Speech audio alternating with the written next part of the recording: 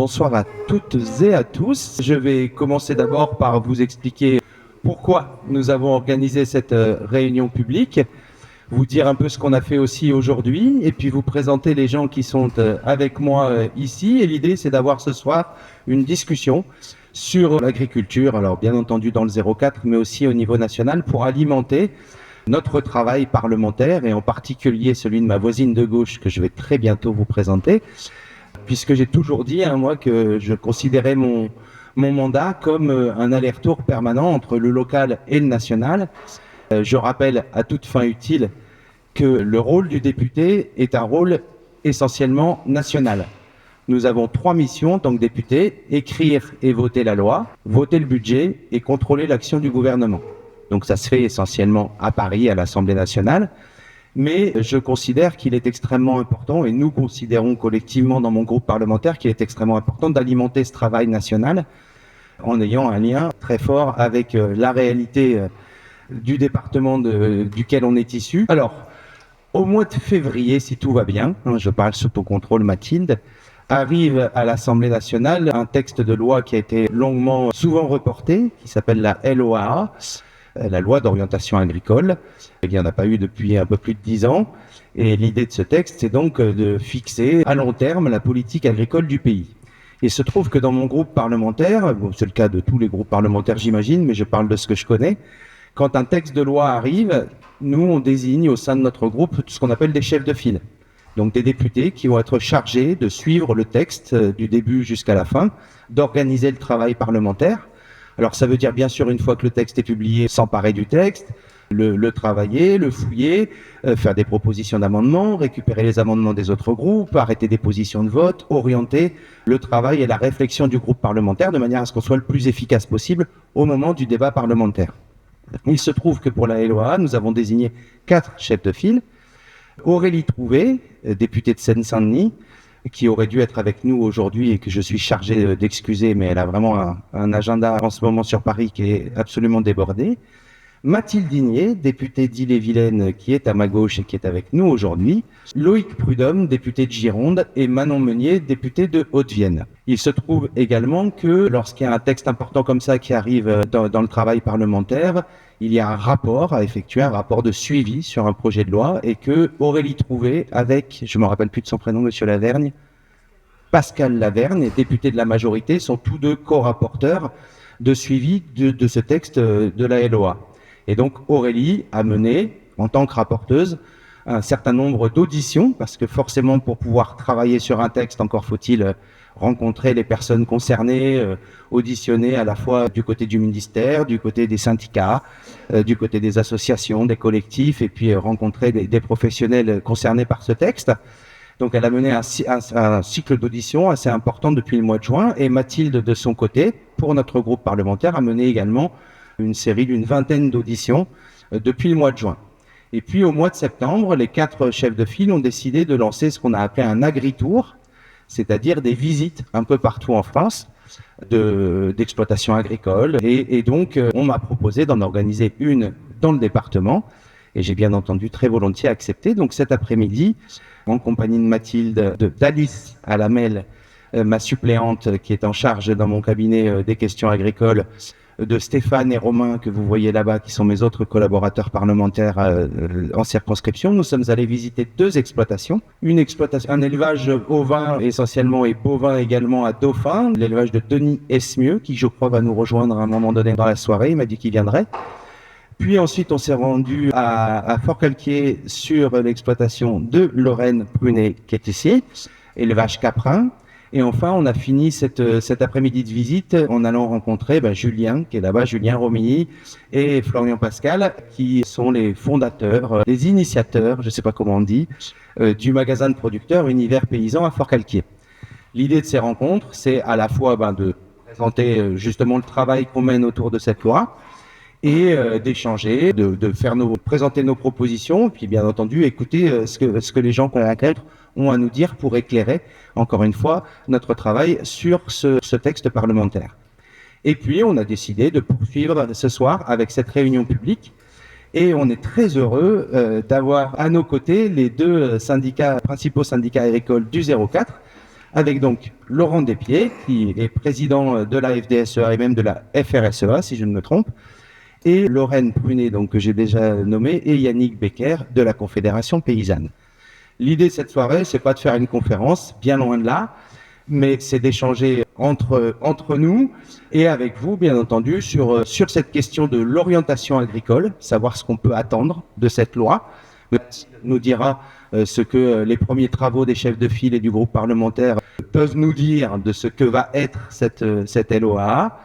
Et puis échanger bien sûr avec vous en sachant qu'est-ce que vous pourriez vous en attendre, qu'est-ce que vous espérez ou n'espérez pas de cette loi, parce que Mathilde le dira beaucoup mieux que moi tout à l'heure, mais on sait déjà que la manière dont elle va être portée avec le pacte, c'est ça, faire peut-être échapper va éviter le débat parlementaire sur un certain nombre de thèmes. Toujours est-il que nous, on s'efforcera en tant que représentants de la nation de porter ces thèmes-là devant la représentation nationale. Et voilà, donc on va commencer peut-être par un petit tour de table, si ça vous va. Enfin, c'est pas des tables, c'est des chaises. Un petit tour de chaise. Sur une première question, moi, qui me vient à l'esprit quand on parle d'agriculture, et en particulier après avoir visité ces exploitations cet après-midi. Puis si je ne me trompe, les gens qui sont là travaillent toutes et tous en bio, si je ne me trompe. Or, il se trouve que la filière bio, aujourd'hui, rencontre un certain nombre de difficultés. On verra peut-être avec toi, Mathilde, tout à l'heure, si cette LOA peut apporter des réponses à ces difficultés. Mais on assistait avec Alice il y a 2 semaines à la session de la Chambre d'agriculture. C'est vrai que, on va dire que la forme n'est pas épatante dans le monde agricole ces derniers temps et qu'on a entendu beaucoup de choses. Donc, si on peut faire déjà peut-être un premier petit tour de table sur cette question du bio, la filière bio, de ce qu'elle représente dans le département, et puis voir ce que vous pourriez attendre de cette loi d'orientation agricole concernant la filière bio. Il y a effectivement le constat a effectivement été fait en session chambre 04 et chambre aussi régionale, donc je pense que c'est plus vaste que ça, malheureusement maintenant. Sur le bio, le fond, c'est surtout a priori les filières longues qui sont impactées. Donc, on connaît beaucoup, il y a sûrement du public très sensible à ça dans la salle, de vente directe. Ce bio-là, il se tient et les circuits sont pas menacés à travers un marché, magasin de producteurs. En revanche, des filières longues, donc où il y a plusieurs intermédiaires avant le vendeur final, c'est ces filières-là en bio aujourd'hui qui vraiment sont à la peine. Moi, ce qui me vient en premier, c'est que je pense que d'une part, il y a une volonté politique encore. Il y a eu la loi Egalim qui a cherché à pousser l'entrée dans la restauration collective de produits bio. Aujourd'hui, on n'est pas du tout au pourcentage qui avait été annoncé dans la loi. Donc, je pense qu'il y a encore vraiment des marges de progression, des choses à pousser. Et puis, il y a ce qu'on appelle plus communément un peu la structuration de filières. Je pense que c'est des filières, en tout cas pour certains produits, qui sont peut-être encore un peu récentes, un peu hésitantes. Et sur ces ventes longues, on voit aussi que c'est souvent des prix arrivés en supermarché qui sont très hauts.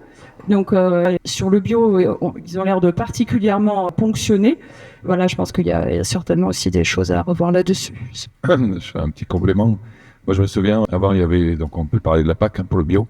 Donc actuellement, il reste plus que la conversion à l'agriculture biologique. Et quand du coup, la précédente programmation qui s'est terminée l'année dernière, il y avait la possibilité pour les régions, celles qui ont repris ça dans leur escarcelle, de maintenir l'aide au maintien bio. Alors, enfin, c'était même obligé de le maintenir, mais pas sur toute la surface. Et donc, en fait, en PACA, c'était des confettis, hein, les zones de captage de sources, quoi. Et la réflexion de la région, c'était, mais de toute façon, il faut faire jouer le marché, quoi. Donc, on a envoyé le bio sur le marché, sur un marché concurrentiel, qui est malgré tout faussé, puisque du coup, le bio intègre dans ses coûts les dépenses environnementales et de santé qui sont induites par l'agriculture par défaut non bio.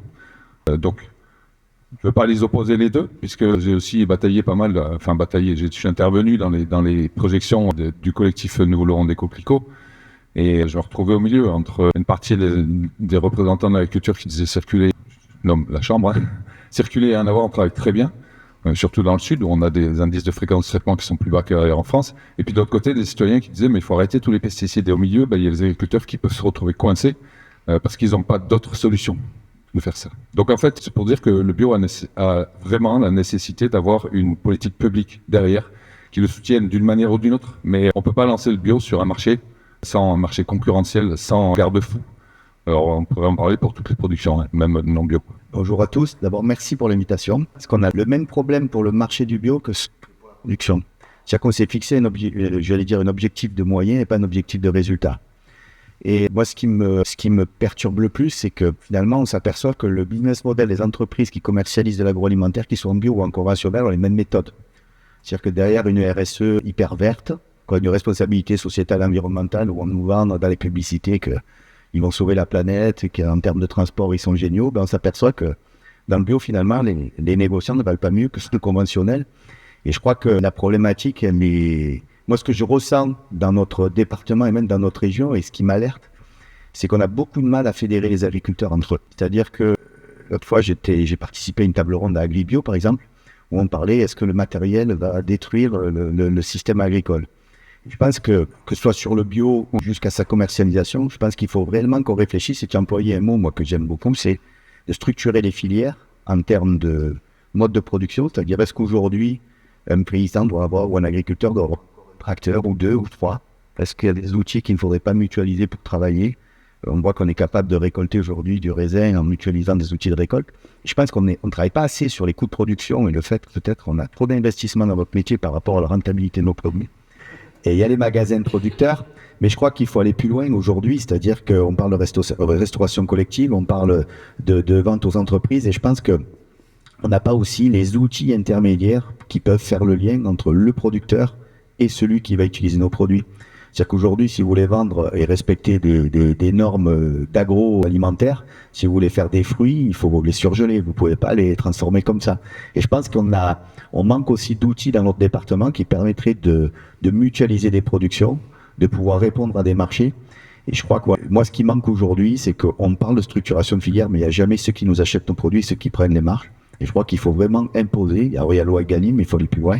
Je pense que maintenant, il faut taxer ces entreprises qui communiquent, qui trompent le consommateur et qui, au travers de publicités mensongères ou avec du marketing bien ficelé, finalement, qui se rincent sur nous. Et voilà, je pense que, comme je parlais depuis tout à l'heure, mais je pense qu'on manque d'unité dans le monde agricole et en termes de production et de structuration de filière. Alice ? Oui, moi, c'est plutôt une question à Mathilde, mais aussi au syndicat. Là, dans la LOA, on a l'impression que y a quelques mesures un peu greenwashing qui sont envisagées pour faire un peu de publicité. Est-ce que la filière bio va être soutenue ? Comment ça se traduit concrètement ? Est-ce qu'on a des indications sur ça ? Voilà. Alors, avant de passer la parole à Mathilde, juste un petit mot sur le bio, quand même, ça permettra peut-être d'introduire la question du travail parlementaire. Dans le projet de loi de finances, alors je laisse Mathilde en parler. Si tu dis tout ce que je dois dire, je n'aurai plus rien à dire. Oui. Déjà, remercier Léo pour l'invitation, remercier Alice et Stéphane et Romain pour l'organisation, les militants aussi. Merci pour votre présence. À chaque fois que je fais des visites depuis l'Agritour, il y a toujours du monde dans les réunions publiques sur l'agriculture. Et je trouve que c'est plutôt bon signe quand même. Ça veut dire qu'il y a du monde qui s'intéresse à ce qui se passe dans le milieu agricole. Du coup, pour me présenter rapidement, donc moi je m'appelle Mathilde Dignet, je suis élue en Ille-et-Vilaine, donc au sud de Rennes, en Bretagne. Je travaillais sur la ferme familiale avant d'être élue, ferme en bio. Nous, on fait du cidre et du jus de pomme, des céréales et des pommes de terre. Donc moi, j'ai toujours vécu, j'ai grandi sur la ferme en bio. Donc pour moi, le bio, ça a toujours été, on va dire, quelque chose de presque normal en fait. Voilà. Et puis après, j'ai un parcours militante associative plutôt. Donc moi, je suis issue du MRJC, je ne sais pas s'il y en a qui connaissent, anciennement la JAC, donc mouvement d'éducation populaire. Et donc, quand je suis arrivée à l'Assemblée, c'est vrai que je me suis dit, faut que je travaille un sujet qui m'intéresse, que je connais. Donc, je me suis mise à bosser sur les questions agricoles. Et donc, pour revenir sur la question principale qui est la bio, c'est vrai qu'aujourd'hui, la crise que vit le bio aujourd'hui est historique. Il y a beaucoup de déconversion et aussi, je reviens sur cette problématique de la suppression en 2017 par le ministre Stéphane Travert, donc qui avait supprimé les aides au maintien de l'agriculture biologique. Et en fait, on se rend compte que la suppression des aides au maintien, en agriculture, on le vit, mais finalement, on le vit dans beaucoup de secteurs, même dans l'associatif. Il y a beaucoup d'aides pour mettre en place des choses, mais derrière, comment est-ce qu'on arrive à maintenir ce qui fonctionne et à soutenir ce qui existe déjà. Alors nous, du coup, Dernièrement, on a eu donc effectivement le projet de loi de finances, et donc il y a différentes discussions budgétaires, dont une sur l'agriculture. Et on a déposé un amendement transpartisan, donc allant quand même des Républicains. Mais finalement, ça fait quand même écho à ce que souvent le ministre nous dit, c'est que le bio, c'est pas vraiment une filière. Il nous dit ça, il voit pas le bio comme une filière. Il y a quelque chose autour de la structuration de la filière. Lui pense qu'elle n'est pas assez structurée. Donc, et après, il dit aussi que ils ont quand même mis l'année dernière 10 millions pour soutenir la filière. Après, ils ont réaugmenté parce que quand même 10 millions divisé par le nombre de fermes, ça fait pas beaucoup. Mais nous, en Bretagne, région d'élevage, quand la filière porc est en difficulté, là, il n'y a pas de problème, hein. Les millions, ils sortent. C'est 200 millions d'euros qui sortent pour soutenir les filières. Et donc, c'est là aussi où on voit qu'il y a quand même on s'interroge, quoi, sur pourquoi autant d'argent sur une filière porc et sur la filière bio. Bah, finalement, on la laisse justement aux aléas du marché. Et là, on revient à cette problématique-là où on a libéralisé à outrance le marché. Les prix sont livrés à une volatilité énorme. Voilà, d'année en année, les prix sont jamais les mêmes. C'est toujours le producteur derrière qui craque parce que, qui est la variable d'ajustement. Et pourquoi ? Parce que la grande distribution, l'industrie et l'industrie agroalimentaire se fait des marges énorme sur les produits agricoles. Alors nous, justement, la semaine dernière, à notre niche parlementaire, donc la niche parlementaire, c'est une journée par an, par groupe politique, où on peut déposer des propositions de loi de notre choix. Et donc nous, on a dit, vu l'inflation qui est énorme aujourd'hui, il faut vraiment qu'on prenne une vraie mesure d'urgence. Je veux dire, ce que nous propose le gouvernement, c'est une mesure d'urgence qui vise à modifier les dates des négociations commerciales. Alors ça, c'est vraiment la vaste blague. En gros, les négociations commerciales, c'est 1er mars, et donc là, on les avançait de 45 jours. Voilà, avec quelle mesure d'urgence on travaille sur une proposition de loi. On encadre pour encadrer les marges de la grande distribution et de l'agro-industrie et des raffineries. Donc c'est une proposition de loi qui avait 4 articles. Le premier, c'était d'abord on met en place des prix planchers pour les agriculteurs. C'est-à-dire qu'un prix plancher, c'est un prix qui prend en compte les coûts de production et les coûts de revient, qui permet un prix rémunérateur pour l'agriculteur. Une fois qu'on a ça, on met en place un encadrement des marges. C'est-à-dire qu'on limite les marges que peuvent se faire l'agro-industrie et la grande distribution. Donc on arrive à faire voter l'article 1 sur les prix planchers, on arrive à faire voter l'article 2 sur l'encadrement des marges, on arrive à faire voter l'article 3 sur la transparence, parce que l'idée c'est aussi que ce soit transparent, qu'on sache à combien s'élèvent les marges. Et à la fin, sur le vote de la proposition de loi, on perd à 6 voix. On perd à 6 voix parce que les députés macronistes qui n'étaient pas là de la journée arrivent en masse parce qu'on les appelle pour venir voter contre ce texte. C'était un message fort de dire on arrive à faire voter l'article 1 sur les prix planchers. Et derrière le fait qu'on nous balaye cette proposition de loi, moi je dis mais sous quels arguments ? Quelles sont vos propositions ? Est-ce qu'il y a des meilleures propositions ? Donc voilà, ça c'est la première chose que nous on propose, qui n'est pas dans la loi d'orientation agricole, pour répondre un petit peu à la question que tu me posais, Alice. Mais après, justement, la loi d'orientation agricole, qu'est-ce que c'est une loi d'orientation agricole ? Ça arrive à peu près tous les 10 ans. C'est une loi qui doit donner un cap clair à l'agriculture, qui doit dire voilà la situation aujourd'hui de la société, et qu'est-ce qu'on met en place pour l'agriculture à l'échelle nationale pour répondre aux enjeux de la société aujourd'hui. Et les enjeux urgents qu'il y a aujourd'hui, c'est le renouvellement des générations. Dans 10 ans, c'est la moitié des agriculteurs qui partent à la retraite. Au niveau national, on a 3 départs à la retraite pour une installation. Il faut absolument qu'on puisse travailler là-dessus, et c'est tout le sens de notre agritour. Voilà. Oui, alors justement, sur cette question, on en a parlé tout à l'heure, et d'ailleurs avec Denis et avec Lorraine, la question de l'accès au foncier. Et la Chambre d'agriculture soulignait, la session de la Chambre d'agriculture soulignait lors de sa dernière session que dans le 04, on a, si je ne me trompe, 100 installations pour 100 disparitions d'exploitation. Mais est-ce que ça veut dire qu'on a 100 hectares qui s'ouvrent pour 100 hectares qui ferment ? Non, non, non, non. Non, c'est vrai que j'allais dire la chance qu'on a, c'est quand même qu'on arrive à être encore un département où les jeunes sont motivés pour s'installer. Comme vous avez raison, la priorité de cette LOA, pour reprendre un peu la question, c'est clair qu'elle ne passera que par l'installation de jeunes. Et l'installation de jeunes ne pourra se faire, j'allais dire, on ne pourra, le terme sauver est un peu fort, mais sauver notre agriculture départementale qu'en installant des jeunes qu'on considère hors cadre familial.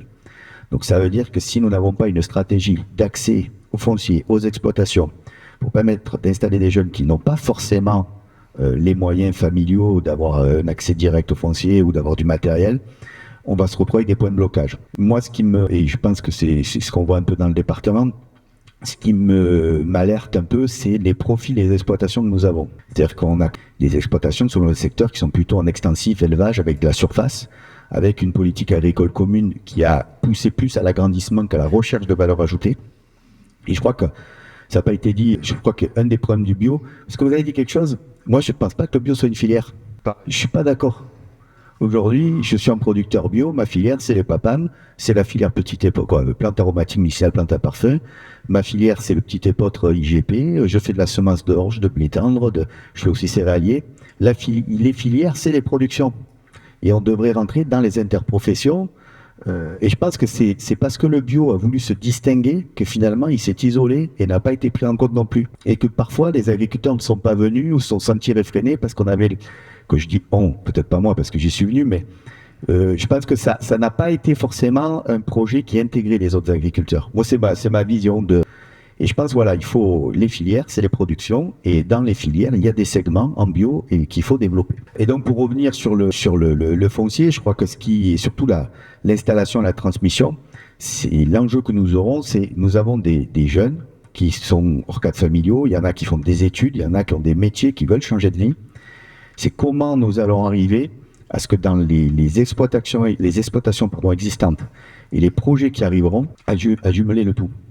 Parce que moi, je vois les jeunes que je croise, j'en ai croisé quelques-uns. Quand j'en ai croisé un qui s'installait à l'époque, il y avait une exploitation de 30 hectares, ils étaient 5. 5, ils ont fait un projet, il y avait 5 installations, 5 projets différents.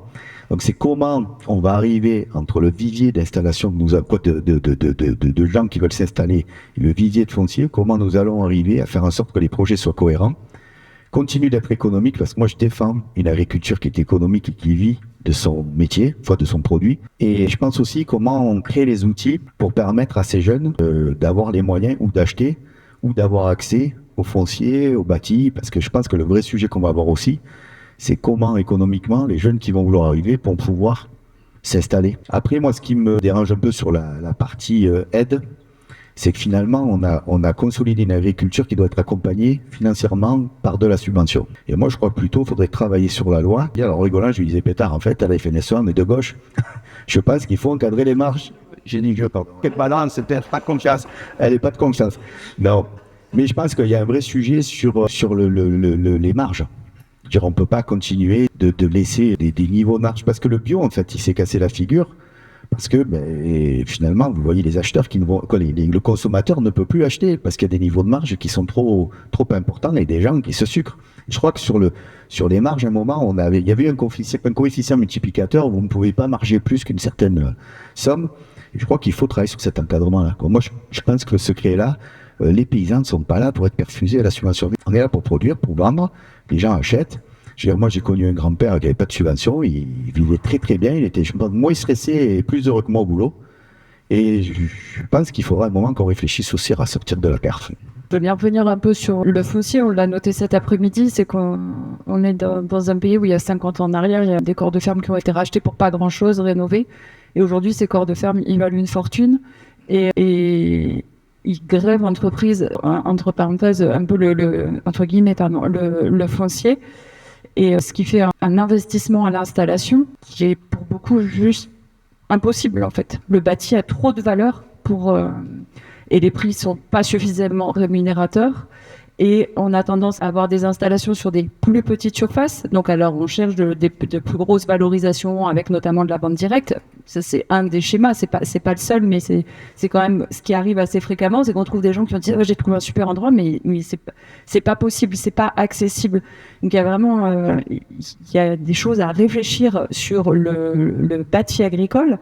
Est-ce que c'est quelque chose qui doit être en quelque sorte sanctuarisé, c'est-à-dire sorti du marché, ou avec un marché qui lui est propre et un indice de valorisation qui lui est propre, qui est l'inflation, qui est je sais pas quoi. C'est quelque chose sur lequel il faut vraiment travailler pour aussi quand même que les jeunes qui vont s'installer ne récupèrent, les jeunes et les moins jeunes d'ailleurs, ne récupèrent pas que des terres, mais aussi le besoin la possibilité d'habiter sur place, parce que pour beaucoup, alors moi je vous le dis, je suis en élevage, j'ai des chèvres en lait, donc forcément ça c'est le cas typique, mais un maraîcher qui a besoin, qui fait des tours de rotation d'arrosage, qui a besoin d'aller ouvrir des vannes, couper, c'est vraiment pour une forme de confort de travail, c'est vraiment indispensable.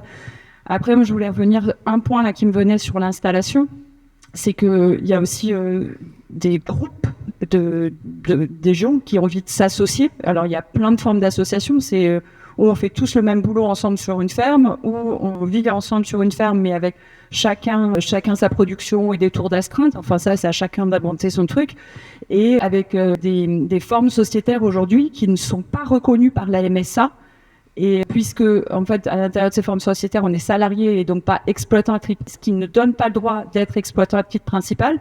Et je pense qu'il y a aussi des choses à faire évoluer au sein de la MSA pour permettre une multiplicité. Ça fera partie des outils qui permettront un peu plus d'installation.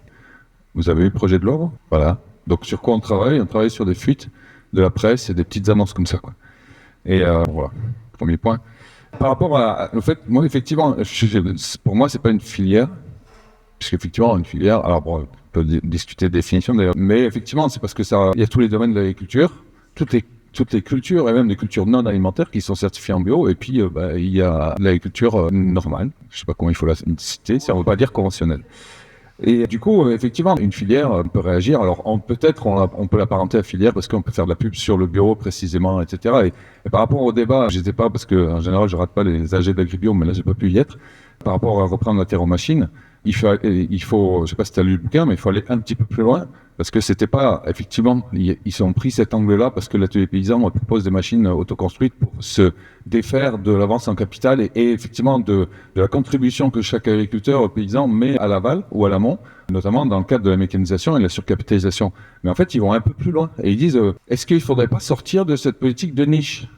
Le bio, c'est une niche. Nous, et du coup, effectivement, je trouve que c'est extrêmement intéressant qu'ils mettent le doigt dessus parce qu'en fait, on multiplie les niches. La vente directe, c'est une niche. Donc, effectivement, moi, j'en profite parce que si je peux vivre, c'est parce que je suis en vente directe, principalement. En bio, presque la question se pose même plus. C'est pareil. Nous, en réunion, on spécifie même plus que c'est bio. Donc, pour nous, c'est ça que j'ai l'impression que ça devrait être la vie courante.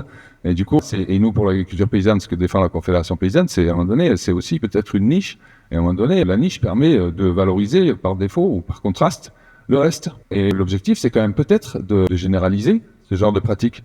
Le bio, Olivier de Villeschutter, un rapporteur spécial des Nations Unies pour l'alimentation, dit qu'avec le bio mondial, on peut nourrir 9 milliards d'êtres humains.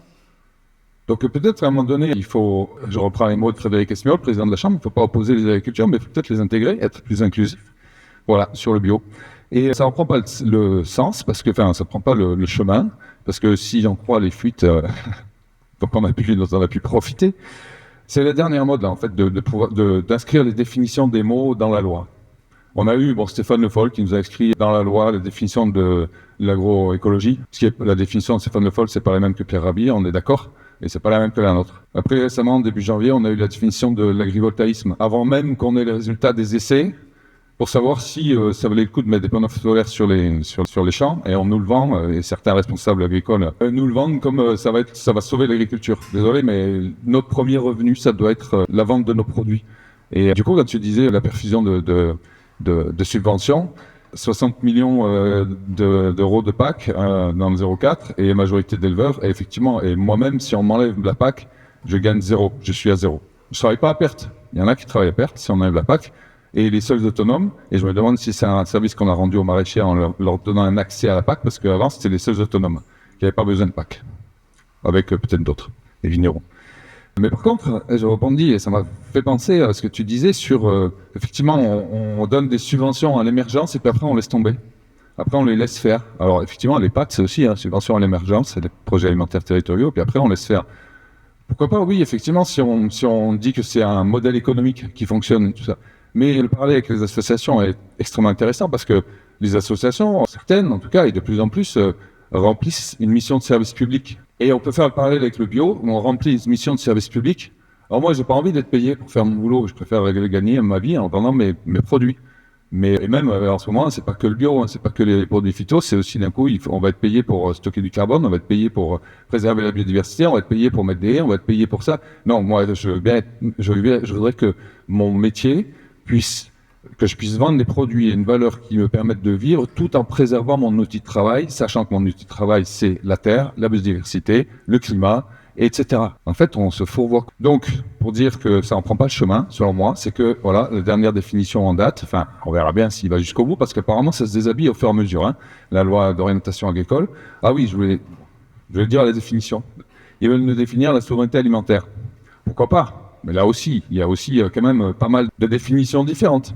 Même la souveraineté simplement, on pourrait la définir de plein de manières différentes. Alors, la fuite que j'ai eue, c'est la capacité à assurer son approvisionnement alimentaire, pour l'instant c'est pas mal, dans le cadre du marché intérieur de l'Union européenne et de ses engagements internationaux. Alors là, je m'excuse, mais dans cette salle, ici même, avec Aurélie Trouvé, on avait fait une réunion publique, c'était plein, c'était comble contre les accords de libre-échange. Voilà, la souveraineté alimentaire. Et si elle est définie comme ça veut dire qu'on s'inscrit complètement dans la compétitivité internationale. Ça veut dire que, à terme, si on passe le Mercosur, ici on aura des fermes qui devront être compétitives avec les feedlots du Mercosur. Si on veut produire des protéines alimentaires, du soja, il faudra qu'on ait des OGM parce qu'il faudra qu'on puisse passer des pesticides. Parce que les OGM, c'est quasiment que des produits, des plantes qui sont rendues tolérantes aux herbicides. Il faudra qu'on soit sur les mêmes normes. C'est ça leur souveraineté alimentaire. Voilà. Pour en revenir sur le foncier, et parce que là, en filigrane, c'est Marc Fesneau qui aime bien le département, vous l'aurez remarqué. Qui nous met ça, alors je sais pas sous quelle pression, ou c'est dans sa tête, mais une des fois où il est passé, et puis une des premières fois d'ailleurs, où il y avait déjà cette LOA en cours de route, je lui ai parlé il disait, ouais, l'installation, c'est super important, l'installation. Je lui ai parlé du foncier, il m'a dit, mais le foncier, c'est pas l'alpha et l'oméga de l'installation. On le voit bien dans les projets qui ont fuité. Parce qu'il parle que du capital. Ça peut s'adresser au foncier, ça peut s'adresser à plein d'autres choses. Il parle de faire rentrer des investisseurs autres dans les capitaux de ferme, parce que maintenant elles sont tellement grosses, ou tellement capitalisées, parce qu'elles peuvent ne pas être grosses, mais avoir énormément de machines, qu'on n'arrive plus à les transmettre. Et que du coup, effectivement, il faut être millionnaire pour pouvoir réussir à finir sa vie avec 800 € de retraite. Donc effectivement, les investisseurs dessus, les investisseurs, ils sont extrêmement intéressés parce que effectivement, c'est le dernier Eldorado, les terres agricoles, dernier Eldorado où on va pouvoir mettre des panneaux solaires, on peut faire des carrières, on va pouvoir faire des crédits biodiversité. Et puis en plus, c'est un bon placement parce qu'à terme, on ne sait pas, mais à mon avis, à terme, ça va remonter, quoi. Donc voilà comment ils considèrent ce Fesneau, notre ministre de l'Agriculture, le foncier. Il ne parle pas du tout du foncier locatif, sachant qu'en France, je crois que c'est 60% du foncier qui est maîtrisé par le biais d'un fermage, d'une location, d'un prêt à usage, d'un commodat, d'une convention de pâturage, et que si, grâce à la SAFER, il y a un marché public du foncier à la vente, il n'y a pas de marché public du foncier à la location. Donc voilà, alors apparemment, il n'y a plus rien de foncier à part l'apport de capital pour le transfert de ferme dans la loi. Alors il dit peut-être derrière, il y aura une loi foncière, donc peut-être. Et Dominique Potier, non, je sais plus qui c'est qui avait fait un grand tour là, on avait bien participé. Effectivement, on avait contribué. Bon, pour l'instant, il n'y a toujours rien. Et pour l'instant, ça continue. Pourtant, il y a même, parce que là, du coup, le seul truc sur le bail qui nous parle, c'est de pouvoir faire une belle encoche dessus pour pouvoir avoir des bails à 3, pour pouvoir avoir des cultures dessous. Et puis, il y a un autre qui a aussi un bail dessus. C'est le seul truc qu'il y a dessus. Voire pouvoir mettre il parle des crédits carbone. Voilà, je fais un petit paysage. Par rapport à ce que tu disais, parce que j'ai vu qu'il y avait la SAFER qui réagissait tout à l'heure, donc il y aura peut-être des choses à dire aussi sur cette question du foncier. Et après, de faire passer le micro un peu dans la salle, qu'on échange avec vous et qu'on avance sur cette question-là. Nous, hier, à l'Assemblée, on a projeté un film que tu connais, Laurent, puisqu'il a été projeté. Moi, je l'ai découvert ici à Fort-Calquier, dans le festival Jusqu'au Vallon. Un film qui a été fait par 2 ingénieurs agronomes en fin d'études, c'était la suite de leur projet de fin d'études, de leur mémoire de fin d'études, qui s'appelle « Tu nourriras le monde ». Je ne sais pas si certains ici l'ont vu. Je sais qu'il a beaucoup tourné dans les lycées agricoles et ailleurs. Et c'est un film très intéressant à voir, je vous le conseille fortement, qui s'intéresse à la question de la Champagne crayeuse, ex-Champagne pouilleuse, et à sa transformation après la guerre en le deuxième grenier de France après la Beauce. Et l'une des questions qui était posée dans ce film-là, c'était justement la possibilité aujourd'hui de contourner les SAFER avec des achats, si j'ai bien tout compris, je ne suis pas un spécialiste de la question, vous m'excuserez si je ne formule pas ça très correctement, avec des achats en fait de participation dans des entreprises, de parc social, voilà, c'est ça, qui permet, on ne discute plus de terre, on ne discute plus d'hectares, de surface, mais on discute simplement de parts sociales dans les entreprises, et on contourne ainsi la régulation qui était permise par les SAFER. Donc, on peut continuer sur ce débat-là. Mathias, tu voulais prendre la parole ? Merci de nous donner la parole. Donc, Mathias Guibert, je suis maire d'un petit village du département et agriculteur en bio. Donc, moi, j'ai une ferme avec plusieurs ateliers. Donc, j'ai des brebis laitières, des brebis viandes, des vaches, des chevaux, des abeilles, des cochons. Je transforme la laine, et des loups, des chiens, des enfants. Bref, j'essaie de faire les choses par évidence pour moi, mais en tout cas, la ferme que j'ai avec ma compagne est plutôt une ferme qui devrait être le vent en poupe, et en réalité qui n'est pas du tout. J'ai 3 choses à dire. Alors, j'essaie d'être rapide. 2 exemples concrets par rapport au foncier, par rapport à notre situation personnelle en tant qu'agriculteur, et un par rapport au film que tu viens de citer. Par rapport au foncier, je voulais donner un exemple pour montrer l'incohérence de nos réalités. C'est donc ça, c'est en tant que maire. Donc une ferme, une ruine qui se vend il y a 1 an et demi sur ma commune. Et le compromis de vente se fait donc un bâtiment de 70 mètres, une maison de 70 mètres carrés avec 200 mètres carrés de bâtiment agricole. Le compromis se fait à 880 000 €. Je fais intervenir la SAFER et la SAFER révise le prix à 150 000 €. Donc la vraie valeur de cette ferme. Évidemment, le propriétaire, il bloque tout et fin de l'histoire, 7 hectares, une ferme qui sera jamais vendue, qui restera en ruine, et donc aucun moyen. La SAFER a entre guillemets fait le travail qu'il fallait faire, mais la suite est bloquée et puis il n'y aura rien. Donc ça montre aussi que nos outils sont plus capables d'être actifs et de réagir à la situation. Donc voilà, moi j'ai fait mon travail, je pense, en tant qu'élu. La SAFER a fait son travail en tant que SAFER, mais voilà, la fin de l'histoire, c'est qu'il n'y a rien.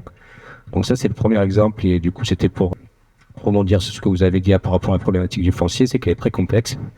Le deuxième exemple, c'est ma situation. En fait, avec ce que je vous ai expliqué, notre activité, on dégage un chiffre d'affaires de à peu près 200 000 €.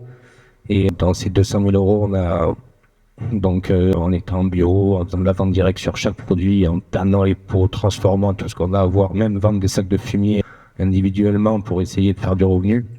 Je suis à 79% de subvention, donc c'est quasi 150 000 € de subvention. Et en fait, je vis quelque chose profondément au fond de moi, quelque chose de très difficile, c'est que je sais que ce que je fais, c'est pas ça qui me fait vivre, en sachant que le salaire que je sors, c'est entre 600 et 1000 € par mois de salaire réel. Après, bon, il y a un confort de vie, il y a tout ce qui va avec, et la plupart du temps, les GAEC ou les structures agricoles prennent le gasoil, l'électricité, donc bon, on n'est pas à pleine, mais on reste sur des revenus quand même assez bas. Et cette réalité-là, aujourd'hui, par rapport à ce qui se projette sur les 10 prochaines années, c'est de se dire, on a des paysans qui savent et qui se ressentent au fond d'eux, et c'est tellement dévalorisant pour ce qu'on est et ce qu'on fait, que c'est pas du tout ce qu'on produit qui nous fait vivre. C'est malheureusement les traits qu'on tire le jour de la déclaration PAC, et qui fait que qu'on déclare beaucoup d'hectares parce qu'on est sur des élevages extensifs, et que c'est ça qui nous fait vivre. Et donc c'est tronqué et c'est démotivant, et c'est de plus en plus difficile à bien le vivre. En fait, on a eu une phase un peu où tout ça s'est monté, où on était dans le flou, mais on s'est laissé un peu porter par ce qui se passait. Et aujourd'hui, en fait, en réalité, on est nombreux à être en train de craquer et à vouloir arrêter parce que ça n'a pas de sens, en fait. Et le manque de sens, il est réel. Troisième chose, à Bayonne, il y a eu la projection de ce film que tu as cité, donc j'étais pas présent, mais j'ai eu un coup de fil le lendemain, donc un agriculteur de ma commune qui a une ferme assez grosse pour la région en tout cas, qui a à peu près 2000 bêtes. C'est une ferme qui tient à peu près la route et qui et qui envoie un peu, bon, pour certains trop, pas assez, qu'importe. Et en fait, la personne après ce film, il y a eu un débat, et je pense que j'aurais été très intéressé à être présent à ce débat-là, mais lui, il m'a appelé le lendemain en me disant « J'ai pas dormi de la nuit, et c'est terrible ce qui s'est passé hier, c'est que la Fédé était très attaquée, classique, hein. Lui, il est de la Fédé. Moi, je dis, je suis pas syndiqué, mais bref, je vois très bien le genre de débat qu'il y a pu, mais comment les gens ont pu intervenir sur c'est la faute à, c'est ça, c'est vous, c'est... Et en fait, ce qu'il y a au fond, et ce qui me dérange, et ce qui dérangeait cette personne qui n'en avait pas dormi, et au point qu'il m'appelle, et un agriculteur, c'est pas classique. Et c'était un aîné qui appelait un jeune gamin, mère, qui lui dit, en fait, je vais pas bien parce que hier, il s'est passé, comment dire, il y a quelque chose de rompu entre nous, paysans, avec notre historique. Pourquoi on a fait ça, on ne sait pas. Et on parle de terre nourricière. Lui, il me disait, mais la terre nourricière, moi, c'est ce qui me fait me lever le matin, même si je suis pas en bio, ou je suis un peu trop gros. Il y a 5 générations avant moi, donc effectivement, j'ai un gros outil. Mais en fait, je me suis senti, comment on dit, quand j'ai des cas lapidé par un public pas tout à fait conscient des enjeux des agriculteurs. Et en fait, ce que je trouve tragique, c'est qu'il y a, comme on dit, la salle est pleine et les gens sont intéressés par l'agriculture, mais il y a une coupure nette entre nos réalités, ce qu'on est, ce qu'on veut, comment on fonctionne, et la société civile qui veut s'intéresser, mais il y a quelque chose de rompu.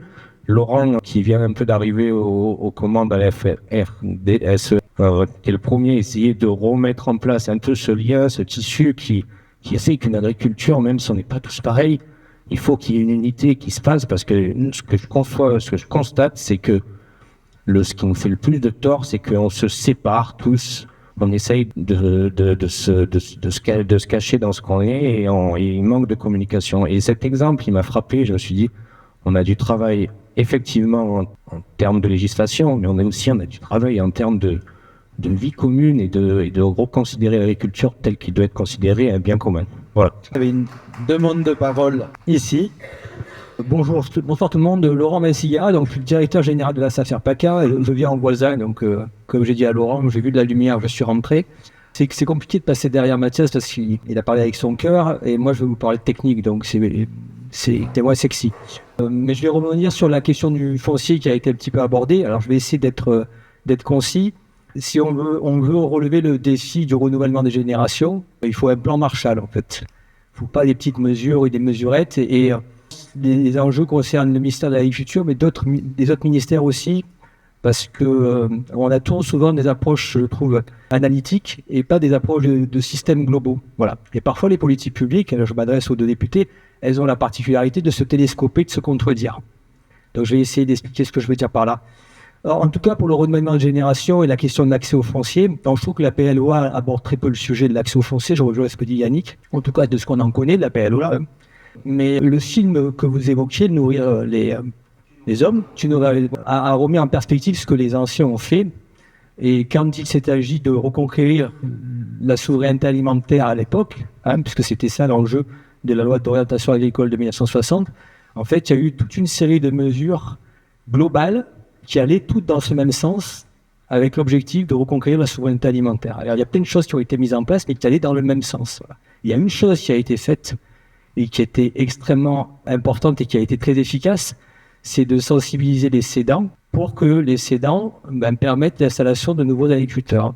Et s'il y a bien quelque chose à faire aujourd'hui, à l'aune des chiffres qu'on entend, c'est-à-dire que 50% des agriculteurs dans 10 ans partiront à la retraite, mais il est là le vivier de foncier pour installer la nouvelle génération et pour relever le défi de renouvellement de la génération. Et il faut s'adresser à ces cédants-là en mettant en place des mesures incitatives fortes, au-delà de la discussion amiable. Mais il faut qu'il y ait d'incitations fortes. Et souvent, ce qui s'était passé dans les années 60, c'était d'incitation fiscale pour que ces cédants se tournent vers ces jeunes et qu'ils mettent à disposition ce foncier-là à ces jeunes, et notamment hors cadre, parce qu'on sait que si on se limite au cadre familial, on ne va pas relever le défi. Mais ça me semble pas super compliqué à faire. Dans les années 60, nos aînés l'ont fait. C'était l'IVD, l'indemnité viagère, le départ à la retraite, c'est ça, voilà, ça c'est fait. Et il y a eu des moyens financiers qui ont été mis en œuvre. Et moi, je trouve que là, et ça serait une politique forte qui irait dans le sens de ce défi de renouvellement de génération. Voilà. Alors moi, je suis pas un homme politique, je fais juste de la technique. Je sais aussi, et chez les cédants qui vont s'arrêter.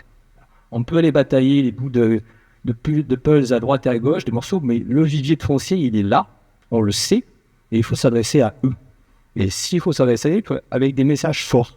Sinon, on va se planter. Et les jeunes, ils sont présents. Alors dans le département, encore plus peut-être qu'ailleurs, mais ils sont là présents. Mais vous avez raison, monsieur Walter.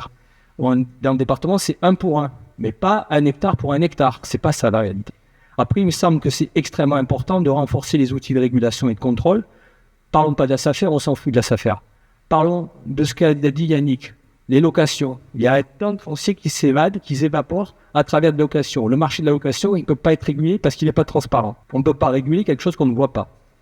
Demain matin, je vous loue une parcelle, on signe un papier sur un bout de table, vous êtes locataire, vous êtes fermier. Il n'y a pas de transparence, il n'y a pas de débat. On ne sait pas si c'est vous qui êtes le prioritaire pour exploiter ce foncier-là. Et là, il y a un problème. Donc, il faut renforcer un outil de régulation qui a été créé en 62, en même temps que les SAFER, ça s'appelle le contrôle des structures. Ah, c'est pas populaire, hein, puisqu'on touche au droit de propriété. Mais il faut savoir ce qu'on veut.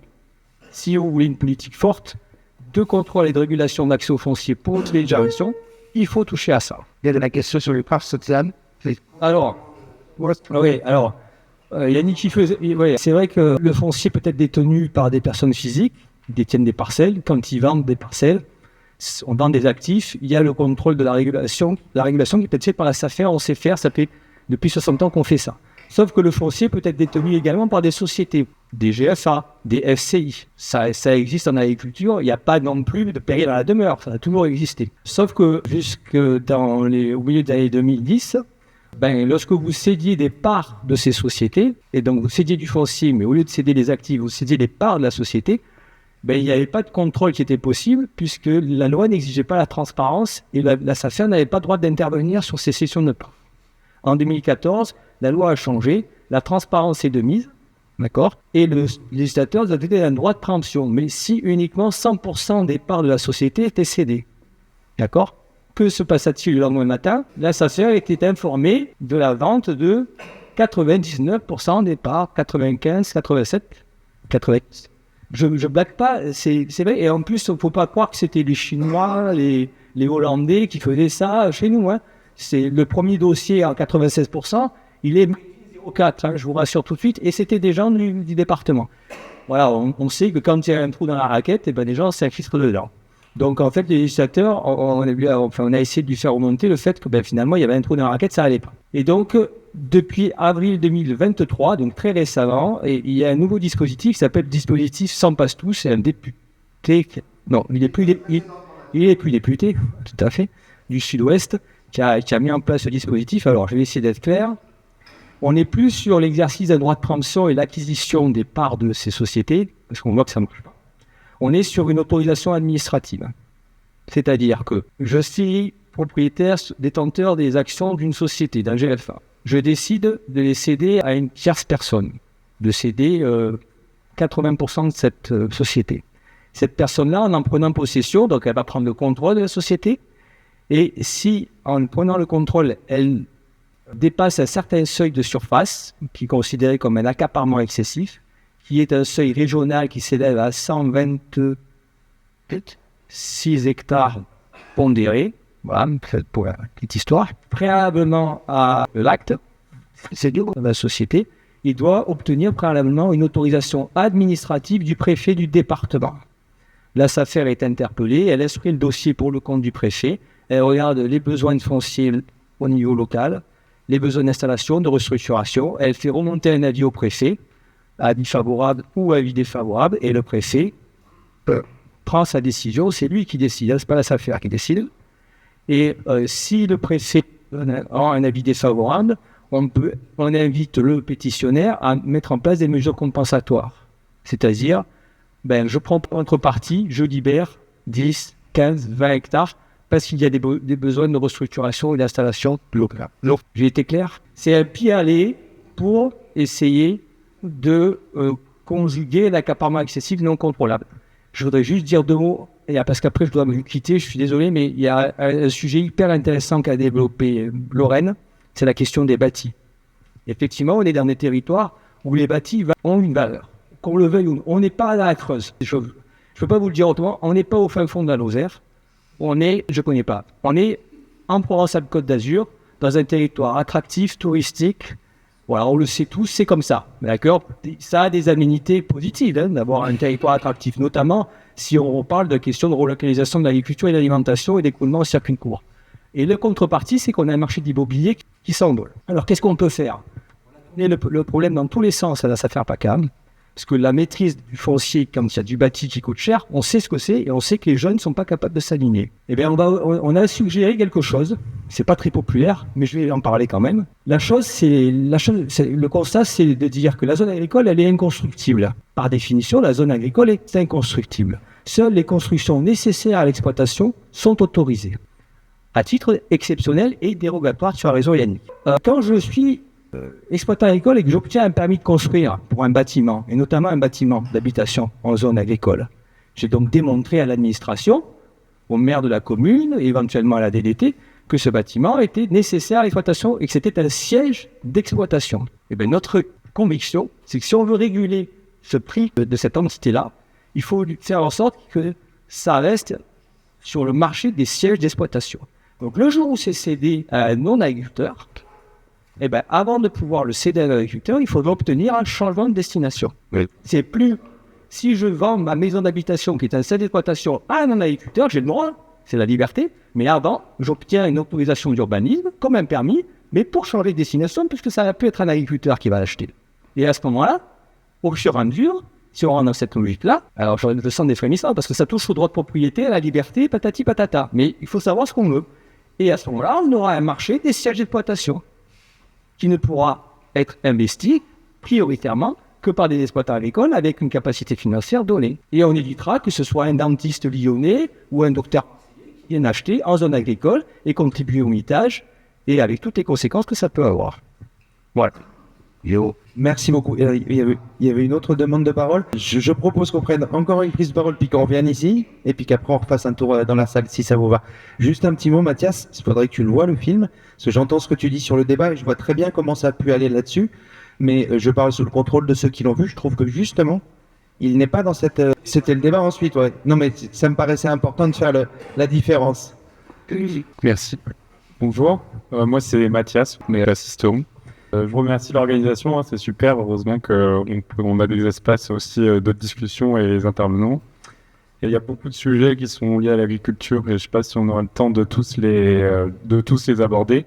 Je remercie beaucoup Yannick d'avoir parlé de l'internationalisation des marchés, parce que j'ai l'impression que c'est ça qui met tout le monde en concurrence, avoir des aliments pas chers pour tout le monde et qui viennent de partout, et en fait nous on ne peut pas répondre avec nos normes et le coût de la vie ici par rapport à ce qu'on importe, et du coup c'est très lié à ma question. Alors je suis allé aux 2 ou 3 derniers Tech & Bio qu'il y a à Valence les dernières années, et j'ai vu que le stand traction animale il est de plus en plus gros, et du coup ma question que je pose et qui peut ouvrir aussi le débat, c'est comment on fait pour lier les gens qui prônent un retour à la traction animale et ceux qui achètent des tracteurs 1000 chevaux avec des chenilles à chenilles pour voilà. Comment on fait pour que ces deux mondes, en fait, elle est là aussi la rupture, hein. Il y a aucun moyen de communication entre les deux. Ils vivent pas la même vie, ils vivent pas dans le même pays, ils vivent pas dans la même société, quoi. Ma question c'est, oui, il faudrait avoir une agriculture unie, mais comment on fait pour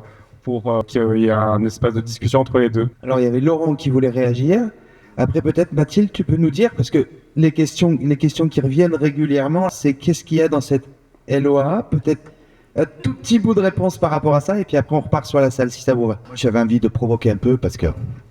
non, mais monsieur Bensigara, vous me faites rêver. Parce que vous nous dites maintenant, oui, l'accès à la propriété, et je vais taper un peu aussi sur la conf, je vais en profiter. Pendant... Je sais, mais je vais taper de manière objective et gentille.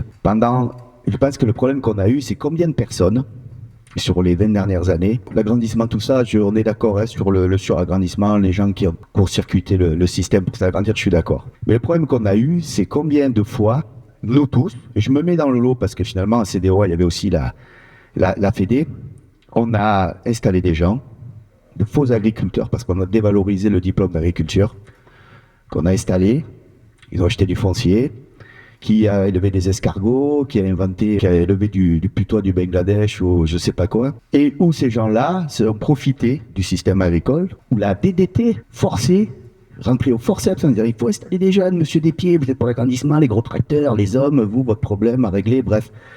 Et ces gens-là ont acheté leur baraque, ont acheté leur terrain, ont fait leur baraque, ont fait leur bâtiment, et derrière, ils sont restés 3 ans, 4 ans. Et je pense que le problématique que nous avons eu, c'est qu'on a dévalorisé le métier d'agriculteur par la notion de diplôme ou d'expérience. Mais aujourd'hui, la responsabilité qu'on a, et l'État a une forte responsabilité, notamment la DDT 04 est soutenue. C'est quand c'est des lois, combien de gens nous avons installés, où c'était des projets immobiliers déguisés, avec des maris de docteurs, des femmes d'avocats, des maris d'avocats, qui passaient des diplômes. Grâce à ça, ils avaient accès au foncier. Et c'est pour ça qu'aujourd'hui, moi, ce que je reproche, c'est que le système a poussé à faire des fausses installations et à dévaloriser l'agriculture, soutenue, allez, je me mets un peu dedans, on va dire par les syndicats, mais surtout par la conf. Et aujourd'hui, on se retrouve... Non, mais c'est vrai. Parce que de dire, il n'y a que la vente directe, à un moment, on disait, il n'y a que la vente directe, il n'y a que le bon paysan, c'est celui qui produit, qui vend sur le marché. Or, aujourd'hui, on a 85% de la population qui vit dans les métropoles. Et on a dévalué l'agriculture, j'allais dire, en B2B, c'est-à-dire en production, vente aux entreprises. Ce qui fait que le pont, c'est là qu'il s'est figé. C'est qu'en gros, tu avais le bon paysan qui produisait, qui vendait sur le marché, et celui qui avait un tracteur et qui vendait à une entreprise était un pollueur, était un monstre, même en bio. Vous hochez la tête, mais je peux vous dire que j'ai participé au débat sur le film, et le réalisateur, quand vous le voyez parler du monde agricole, il est violent, hein, on est d'accord. Il est plutôt, dans le vocabulaire, il est plutôt violent. Mais moi, c'est ça que je reproche, si vous voulez, c'est que, en fait, on est beaucoup sur une approche dogmatique de l'agriculture où on oppose les modèles en disant il y a les bons et les mauvais. Moi, je pense qu'il y a des paysans bio qui sont des catastrophes professionnelles. Je veux dire, quand aujourd'hui, tout le monde est contrôlé, on parle que du Roundup. Vous verrez le scandale du cuivre que vous aurez en viticulture bio ou en d'autres productions en bio, vous verrez le scandale du cuivre. Je suis en bio, j'ai regardé un produit insecticide qui s'appelle le Spinoza. Je dis une marque, hein, j'espère que... J'ai des ruches, moi aussi. Je me suis dit, si je passe ce traitement-là, mais c'est du napalm. C'est autorisé en bio. Et je pense que c'est le pont qui ne se fait pas aujourd'hui. C'est qu'on est dans une société où il y a les bons et les mauvais. Et si vous ne répondez pas au discours que les gens veulent entendre, vous êtes forcément les mauvais. Et aujourd'hui, pour revenir la FNSEA, j'en prends plein la gueule tout le temps. Et aujourd'hui, je suis à une réunion LFI. Je vais en profiter. On me dit, monsieur Despieds, vous êtes pour l'agro-industrie, vous êtes un voyou qu'est-ce qu'il m'a dit l'autre fois, que j'étais un suppôt des vendeurs d'engrais, je sais pas. Ah non, c'était avec les photovoltaïques. Imaginez-vous si je disais aujourd'hui, vous êtes tous dans un parti, on est avec Adrien Quatennens à côté de vous, et donc je considère que parce que ce mec est là, vous soutenez tous les gifles aux femmes. Vous me direz quoi? Qu'est-ce que vous me direz? Ah pardon, non mais, et c'est pour ça que... Non mais je viens là-dessus, mais je vais revenir, je provoque. Je pense que Ah pardon, je croyais qu'il y avait qu'elle, excusez-moi, je ne savais pas que c'était public. Pardon, excusez-moi alors. Mais c'est pour ça que je pense qu'il faut arrêter et tu l'as dit, je reste persuadé qu'on est tous des paysans, avec nos forces, nos faiblesses. Tant qu'il n'y aura pas, alors je reviens sur la loi Marshall, des moyens qui nous permettront de passer des phytos, qui nous permettront de mieux commercialiser nos produits, de revaloriser ce qu'on fait. Je pense qu'il y a une je pense qu'on reste toujours sur la production, mais il y a d'autres choses qui sont apportées par l'agriculture en prévention incendie. Par rapport au foncier, je pense qu'on a un problème, c'est qu'aujourd'hui on dit un hectare est un hectare. Non. Je pense qu'un hectare à manne à l'irrigation, c'est pas l'équivalent d'un hectare à Demandolx. Et je pense qu'aussi, il faudra peut-être revoir dans la manière de voir les choses en se disant, peut-être qu'il vaut mieux avoir 100 hectares à Demandolx avec 2 paysans ou 3 paysans qui ont 100 hectares parce qu'ils vont faire de l'élevage. Et à manne, dire, dans la régulation, on n'est pas obligé d'avoir 250 hectares. Avec de l'eau, on peut travailler. Et je pense, voilà, il faut sortir du dogmatisme. Ce que je trouve, et ce que tu dis, moi je le vis très bien, parce que dès que je dis que je suis à la FRSEA ou à la FNSEA, j'en prends plein la figure. Non, on reste des paysans, il y a eu des fautes par le passé. Je pense qu'il y a des positions, moi, que je défends pas. Je défends pas la massification agricole. Moi, je suis pour une agriculture rurale avec des paysans dans les villages, avec un contrôle des structures que nous défendons. Je suis pour des exploitations où le salarié, c'est le paysan qui travaille et qui se paye. Et je pense que voilà, le clivage, aujourd'hui, nous, dans notre coopérative, on a une personne, une fille, qui fait des plantes aromatiques comme moi, on est sur les mêmes marchés et elle bine son pain avec un cheval. Et bien moi je le bine avec un tracteur, avec un GPS, on a un conseil d'administration, ça se passe très bien. Alors avant de passer la parole à la conf, quand même, parce que je pense que ça peut être important, quand on est dans un match qui est le match retour, je voudrais repréciser quand même, Laurent, le cadre de cette réunion publique. Alors, c'est une réunion publique à l'invitation de 2 députés de la France Insoumise, effectivement, et c'est tout à fait juste. Et donc, effectivement, quand Mathilde prend la parole ou quand je prends la parole, on n'est pas neutre dans notre parole sur l'agriculture, et on porte le programme qui est le nôtre, qui s'appelle l'Avenir en commun, qui est associé à un certain nombre de livrets d'ailleurs que j'ai vu circuler dans la salle, où on porte un certain nombre de propositions. Moi, alors il est parti, mais j'étais très intéressé par cette question du foncier, et je pense que ça serait du bâti, et de la réflexion sur le bâti et le foncier agricole, qui recoupe un certain nombre de propositions que nous portons dans le programme. Moi, j'aimerais aussi qu'on parle peut-être du nombre de personnes à l'hectare, parce que tu parles d'hectare, il y a peut-être aussi la question de la taille des exploitations et de l'emploi que ça permet, et aussi du type d'agriculture que ça sous-entend, d'avoir plus ou moins de personnes qui travaillent sur une surface donnée. Voilà. Donc, l'idée n'est pas de refaire l'affaire Quatennens ce soir ou d'opposer la FNSE à la Confédération paysanne. Moi, ce qui me semble intéressant, c'est qu'on continue à avancer sur un certain nombre de réflexions parce que je rappelle encore une fois que Mathilde est là et je suis là aussi pour que on avance sur notre réflexion sur la LOA qui arrive et voir quelles propositions, en tant que mouvement politique et en tant que parlementaire, on peut porter à l'Assemblée. Je trouvais que le débat devenait très intéressant sur cette question du foncier. Ça m'intéresse un peu moins de savoir qui est le bon ou le mauvais agriculteur. Non, mais on rentre pas dans ce débat-là. Moi, j'ai quand même envie de te répondre, Laurent. Parce que le fond, c'était juste sur le fond. Oui, non mais oui. Moi, je suis d'accord. Il y a aussi, on a entre guillemets la chance, il y a une agriculture qui est pas parfaite. Moi, je continuerai de le dire, même s'il y a des choses très bien, et il y a des choses très bien, notamment du fait de la configuration géographique. Et ça, je reste assez convaincue qu'en fait, moi, je sais pas si vous êtes fédé, on est conf, on est ci, on est ça, mais en tout cas, ça n'a rien à voir avec ce qui se fait ailleurs et qu'il y a beaucoup de choses qui sont dictées par la géographie du lieu. En attendant, la vente directe, effectivement, la conf l'a beaucoup prônée. Elle l'a beaucoup prônée. Pourquoi ? Parce que c'est ce qu'on dit. Ça, on en revient à ce qu'on disait tout à l'heure, c'est que les surfaces qui se transmettent ne sont pas équivalentes forcément à celles qui ont été lâchées et que pour trouver une rémunération, c'est le premier levier. Ça, c'est une première chose. Et j'ai pas très envie de rentrer. Donc, on pourrait rentrer dans le débat sur les phytos. Il y a juste un truc que j'ai envie de dire. Le cuivre, effectivement, moi, je suis assez d'accord avec toi. Je pense qu'à un moment, ça arrivera parce qu'on s'en est beaucoup servi. Aujourd'hui, dans un rayon de 5 km à la ronde, je connais 2 labos de transformation qui ne peuvent pas transformer avec l'eau disponible parce que c'est des pollutions au nitrate. Et ça, les pollutions au nitrate, j'ai tendance à penser que c'est pas trop les bio. Et qu'importe. Et en tout cas, le fait est qu'ils ne peuvent pas transformer.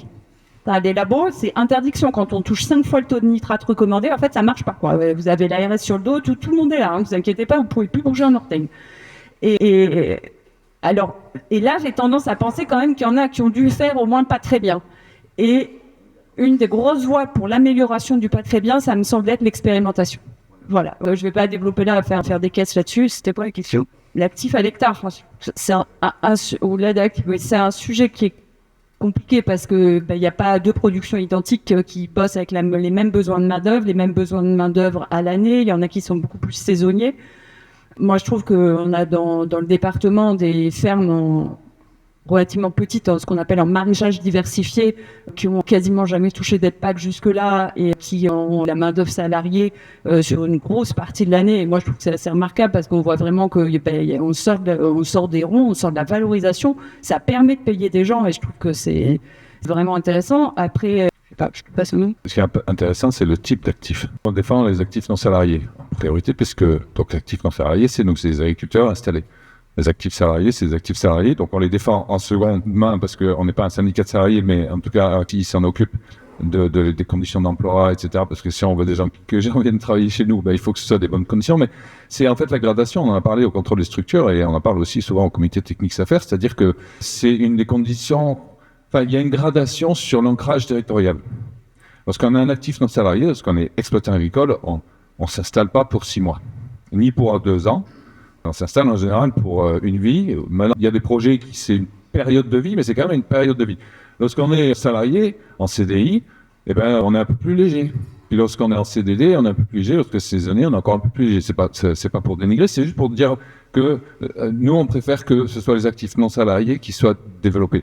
Et là, je bascule directement sur peut-être le gap qui se fait depuis de plus en plus grand entre les agriculteurs et la société, c'est qu'il y a aussi un espace qui s'agrandit entre les agriculteurs et l'agriculture, Je me souviens, c'était Sylvie Bruno, là, âgée aux 5 ans de couleur paysanne, là, qui était venue et qui avait dit exactement, elle avait pointé du doigt le cuivre, comme toi, donc apparemment, ça porte bien, c'est sa parole, et c'était une conférence pour défendre l'agriculture. À la sortie, je me suis accroché à la chaise pour pas partir, mais il fallait répondre, et je lui ai dit, mais moi, j'ai pas de souci avec ce que vous m'avez présenté pour l'agriculture. Par contre, j'ai des soucis pour les agriculteurs. Et on bascule directement dans le phénomène sociétaire, où là, on a Bernard Arnault, LVMH, qui maîtrise 600 hectares de vignobles. Hein. C'est pas 600 hectares d'hectares à 8 000 € l'hectare. Hein. Et là, il a racheté un domaine. Il n'a pas racheté que le foncier. Il a racheté le foncier, l'image, la production, le personnel. Quand on a alerté la SAFER, PACA là-dessus, il a dit, mais nous, c'est le prix de vente, il dépasse le budget global qu'on a pour faire de la mise de la rétention, non, du stockage, de PACA. Donc voilà, le préfet, il n'a pas bougé. Et là, on revient sur les histoires de comment on peut faire pour effectivement gagner notre vie, avoir des revenus qui puissent... Tu parlais de la crise du porc tout à l'heure. Moi, j'ai vécu la crise du lait, pas un pays laitier, mais j'étais au comité national de la Confédération paysanne à l'époque. Et ce qui était dit, c'était que pour 10% d'exportation du lait, l'ensemble du lait français était mis au prix international. Et en fait, la politique agricole, c'est plus le ministre qui l'a fait, c'est les marchés internationaux. Et en fait, on est dans un rapport d'allégeance entre les marchés internationaux qui ont besoin de la France, et la France, donc les forts qui ont besoin du faible, et le faible qui a besoin du fort. Et cette terminologie, médiévale, elle se rapproche du pacte. On n'est plus dans un état de droit, enfin si on y est encore, heureusement, mais on s'en éloigne de plus en plus, parce qu'en fait les décisions ne sont pas dictées par une politique publique, avec des objectifs. Si, il y a des objectifs, mais en fait les objectifs, les réponses apportées par le politique, elles sont dictées par d'autres, les marchés financiers. Et après ici, sur le terrain, on se dit, mais pourquoi ça ne correspond pas? Pourquoi ils nous disent ça va le faire, et puis en fait ça ne le fait pas. Regardez les dernières annonces d'Emmanuel Macron par rapport à la transition au réchauffement climatique, etc. C'était quoi? Il était VRP de voitures électriques et de pompes à chaleur. Et là, ce qu'on voit là-dedans, c'est que dans le projet de loi, c'est que la formation, il va falloir vraiment qu'on se forme. Alors j'attends de voir ce qu'il y a dedans. Mais grosso modo, je sais à peu près ce qu'ils vont nous présenter, c'est qu'il va se former à la robotique et au numérique. Parce que pourquoi on ne forme pas les agriculteurs à l'agronomie? Ce qui aurait vraiment un intérêt concret pour refroidir la planète et pour préserver nos sols et puis pour préserver la biodiversité, parce que ça rapporte rien. Alors que si on vend de la robotique et du numérique, ça rapporte, non seulement ça fait de la croissance, parce que c'est ça l'alpha et l'oméga de la politique, quel qu'il soit, même les retraites, il n'y a pas longtemps, il faut que ça fasse de la croissance d'un côté, et il faut que ça crache pour les marchés financiers de l'autre. Moi, je m'efforce, et je suis encore pas au bout, parce que c'est quand même compliqué de comprendre, en fait, la règle du jeu dans laquelle on joue contraint, forcé. Et le gap qu'il y a, l'espace qu'il y a entre la société et les agriculteurs, c'est parce qu'effectivement, il y a une partie des agriculteurs qui ont, et tous n'ont pas compris, mais il y en a qui ont pris le biais, et c'est bien démontré dans le film, parce que c'était évident, et puis parce que c'était ce qu'on leur disait de faire, et qu'en plus il y avait des aides pour le faire. Et qu'à un moment donné, on se retrouve à un seuil où soit on continue, et à ce moment-là, on n'est plus un agriculteur, on est agriculture. C'est de la société. Pour transférer, il faut faire une SEA, puis après c'est des... Et donc, on n'est plus agriculteur, on est gérant. Ou alors on revient en arrière, mais ça fait peur, et c'est dit dans le film aussi. Il y en a qui disent, moi, j'aimerais bien aller en bio, mais j'ai des enfants, j'ai une famille, et ça fait peur. Pourquoi? Parce que effectivement, on te lâche dans un marché sans parachute, tu te casses ta gueule. Et là, pour revenir sur le foncier, il y a vraiment une loi, et le plan Marshall, il y a aussi un contexte de loi à faire. Par exemple, le statut du fermage, je disais, pour un accro dans le statut du fermage, et puis on s'accroche à ça, parce que c'est quand même ça aussi qui nous permet de prévoir à long terme. Mais le statut du fermage, il favorise aussi la capitalisation foncière, parce que la SAFER peut pas intervenir s'il y a un fermier sur les terres et que c'est vendu. Il est prioritaire. Il est prioritaire du premier au millième, au 2 millième, au 6 millième, au 10 millième hectare. Il est prioritaire s'il est fermier. Donc voilà, il y a des évolutions, il faut creuser précisément. Un tout petit mot, alors je suis désolé, on parle beaucoup d'un film qu'on n'a pas projeté ce soir, on aurait pu commencer par là peut-être, mais juste un tout petit mot, il y a un personnage qui est central dans ce film, non pas parce qu'il apparaît très souvent, mais parce qu'il structure le film, et ça me paraît intéressant parce que c'est quelqu'un qui a structuré notre politique agricole depuis un certain nombre d'années, c'est Edgar Pisani. Et Edgar Pisani, en 61, est à l'initiative de la PAC au niveau européen. C'était donc le ministre de l'Agriculture de l'époque. Et puis, donc, il explique pourquoi ils ont lancé ça, comment ils l'ont lancé. Et effectivement, ce qui me semble intéressant, c'est ce que tu disais, c'est-à-dire que on avait le sentiment d'aller vers le mieux, et etc. Puis Edgar Pisani apparaît de nouveau dans le film beaucoup plus tard. C'est un extrait d'une interview en 93, donc 30 ans après. Et puis ce qui me semble intéressant, c'est que c'est 30 ans avant nous, aujourd'hui. Et il dit, en fait, moi je suis très fier d'avoir été le porteur de cette politique agricole. Il me semble qu'elle a répondu à l'exigence de l'époque, qui était d'atteindre la souveraineté alimentaire et de sortir de la misère de l'après-guerre. Le problème, c'est qu'on a atteint cette souveraineté alimentaire en 1975, et puis qu'on n'a pas réinterrogé cette politique. Et il dit, une politique qu'on met en place, elle transforme le monde. Donc si on la poursuit, elle s'applique à un monde qui n'est plus celui auquel elle devrait s'appliquer. Et donc en 93, Edgar Pisani disait, la bêtise, c'est pas d'avoir fait la PAC en 61, la bêtise, c'est de ne pas l'avoir remise en cause une fois qu'elle avait atteint ses objectifs et de ne pas être passé à quelque chose d'autre. Le problème, c'est qu'il dit ça il y a 30 ans et qu'effectivement, peut-être que, on n'a pas fait grand-chose depuis 30 ans de ce point de vue-là. Alors juste avant de repasser la parole à la salle, un petit mot de Mathilde, si tu veux bien. C'est quoi ce pacte ? Oui, alors en fait, c'est pas juste une loi, c'est un pacte, loi d'orientation et d'avenir agricole. Le pacte, c'est du décret, c'est du réglementaire. Donc ça veut dire que ça ne passe pas au Parlement. Donc en tant que parlementaire, on peut pas débattre de ce qu'il y aura dans le pacte. Ça dépend du réglementaire. Donc c'est le ministère qui là a priori les annonces, c'est qu'il y aurait 1 milliard d'euros dans le pacte, mais on ne sait pas comment ça va être fléché. Et donc, dans la loi, effectivement, en réalité, on parle d'un truc qu'on ne connaît pas. Il y a eu des fuites, mais a priori, c'est pas le bon texte, voilà. Donc, on a quelques bribes de ce qu'il pourrait y avoir dans la loi. Mais nous, en tout cas, moi, ce que je pense aujourd'hui, c'est que le ministre de l'Agriculture cherche une majorité sur la loi. Et pour trouver sa majorité, il faut qu'il y ait des choses qui soient à peu près consensuelles dans la loi et du coup qui aillent pas trop loin parce que en fait nous on voudrait parler foncier, on voudrait parler revenus, mais c'est là où où là c'est sûr on n'aura pas de majorité puisque certains ne veulent pas qu'on parle de ça. Donc pour l'instant ce qu'il y a dans la loi c'est pas ce qu'il y aurait. Il y aurait un point sur travailler sur l'attractivité du métier en renforçant les rencontres avec les professionnels, en renforçant en développant les visites de ferme pour les enfants, voilà. Bon, voilà, susciter des vocations, quoi. Moi qui ai fait beaucoup d'accueil pédagogique sur la ferme, je trouve que c'est très bien d'accueillir des enfants à la ferme, mais en fait, en réalité, c'est pas non plus, c'est pas l'alpha et l'oméga et voilà, donc si on travaille pas vraiment sur le revenu, je veux dire, on trouvera pas des gens qui veulent venir travailler pour ne pas être payés justement. Pendant les concertations, parce qu'il y a eu des concertations au niveau national et régional, je sais pas si j'en ai parlé peut-être, qui a été mené par le ministère de l'Agriculture, il y avait quelque chose qui se dégageait, autour d'un guichet unique, du coup à la Chambre d'agriculture, un guichet unique avec tous les organismes divers et variés, les différents syndicats, les différentes associations qui seraient au sein de ce guichet unique. Et comme ça, le porteur de projet, celui qui veut s'installer, pourrait venir et choisir, aurait le choix dans les différents organismes qui pourraient l'accompagner dans son projet. Il y avait un certain consensus là-dessus, mais a priori, ce qu'on a, c'est qu'ils veulent faire faire quelque chose de très innovant, appelé France Service Agriculture. Voilà. Et donc ça risque effectivement d'être plus une usine à gaz. Ils vont juste changer le panneau, voilà.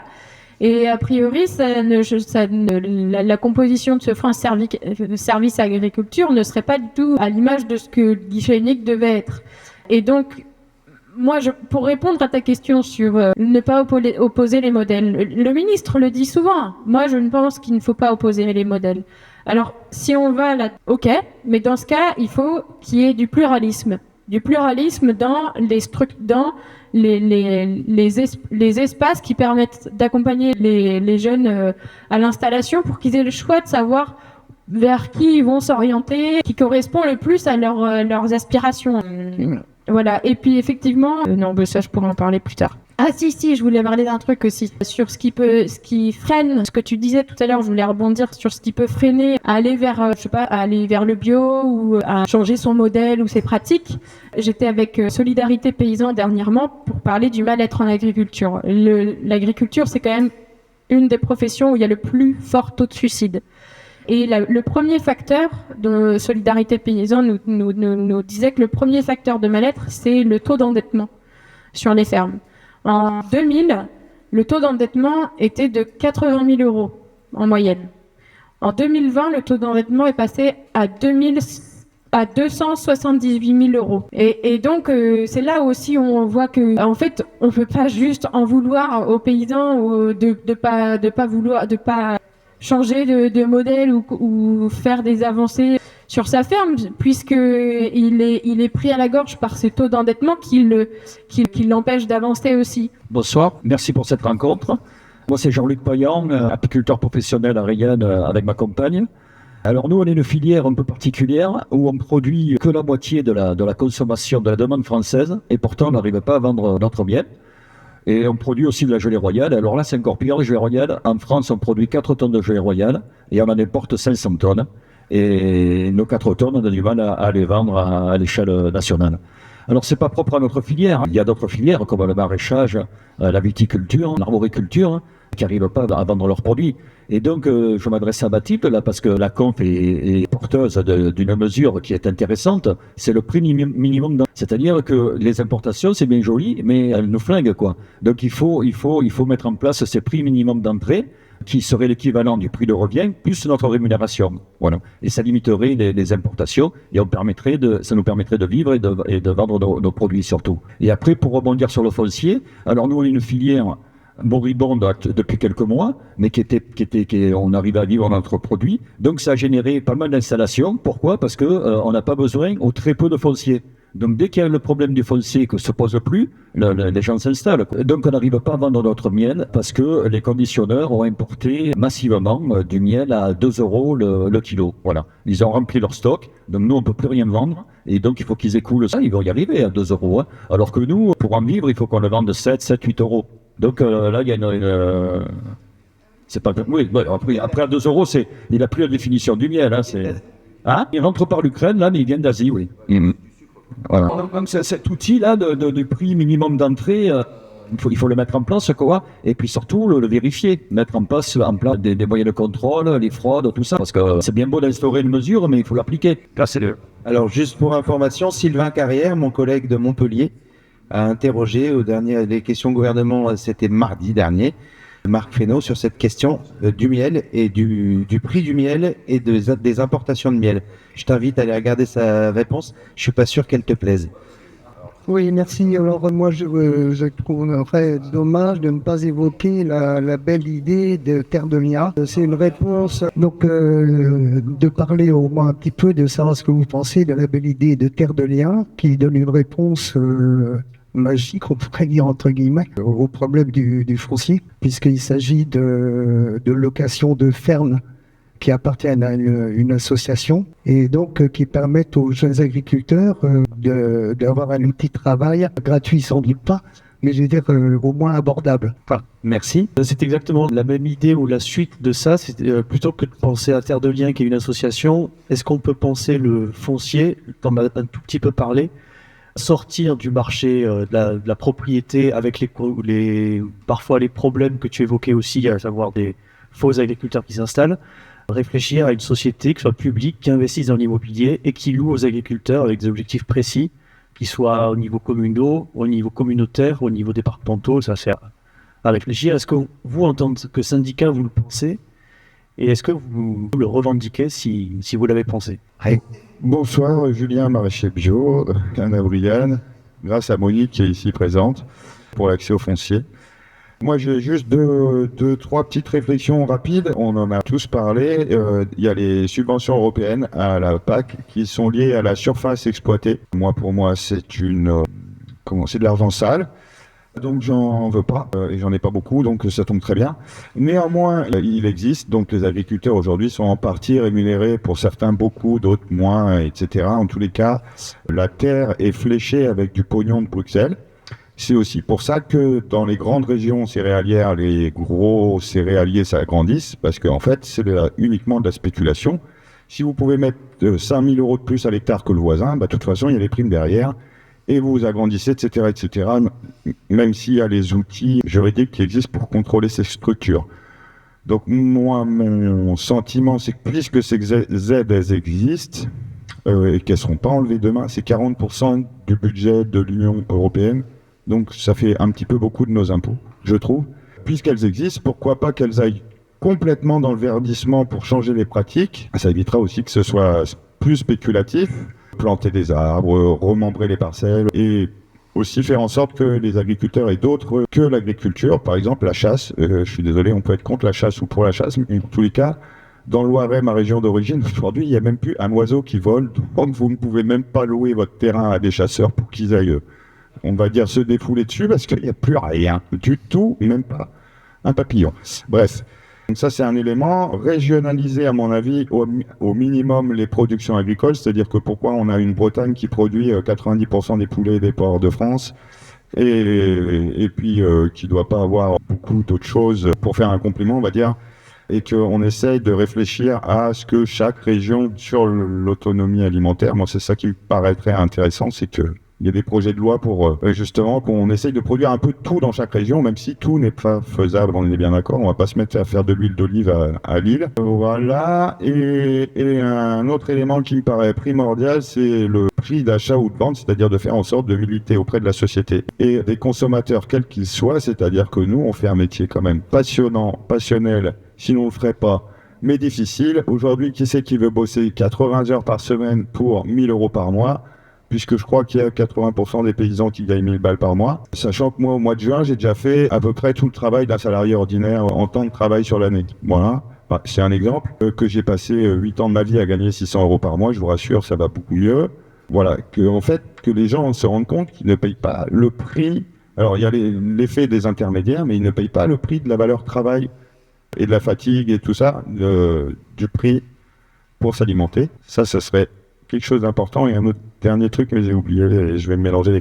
Il y avait une question sur qui es-tu ? Est-ce que tu es un agriculteur ? Donc je vous ai demandé de vous présenter si tu peux. Kéron Leroux est moitié agriculteur. J'ai une centaine de ruches, mais je suis pas agriculteur et j'ai pas de foncier comme ça. Ok.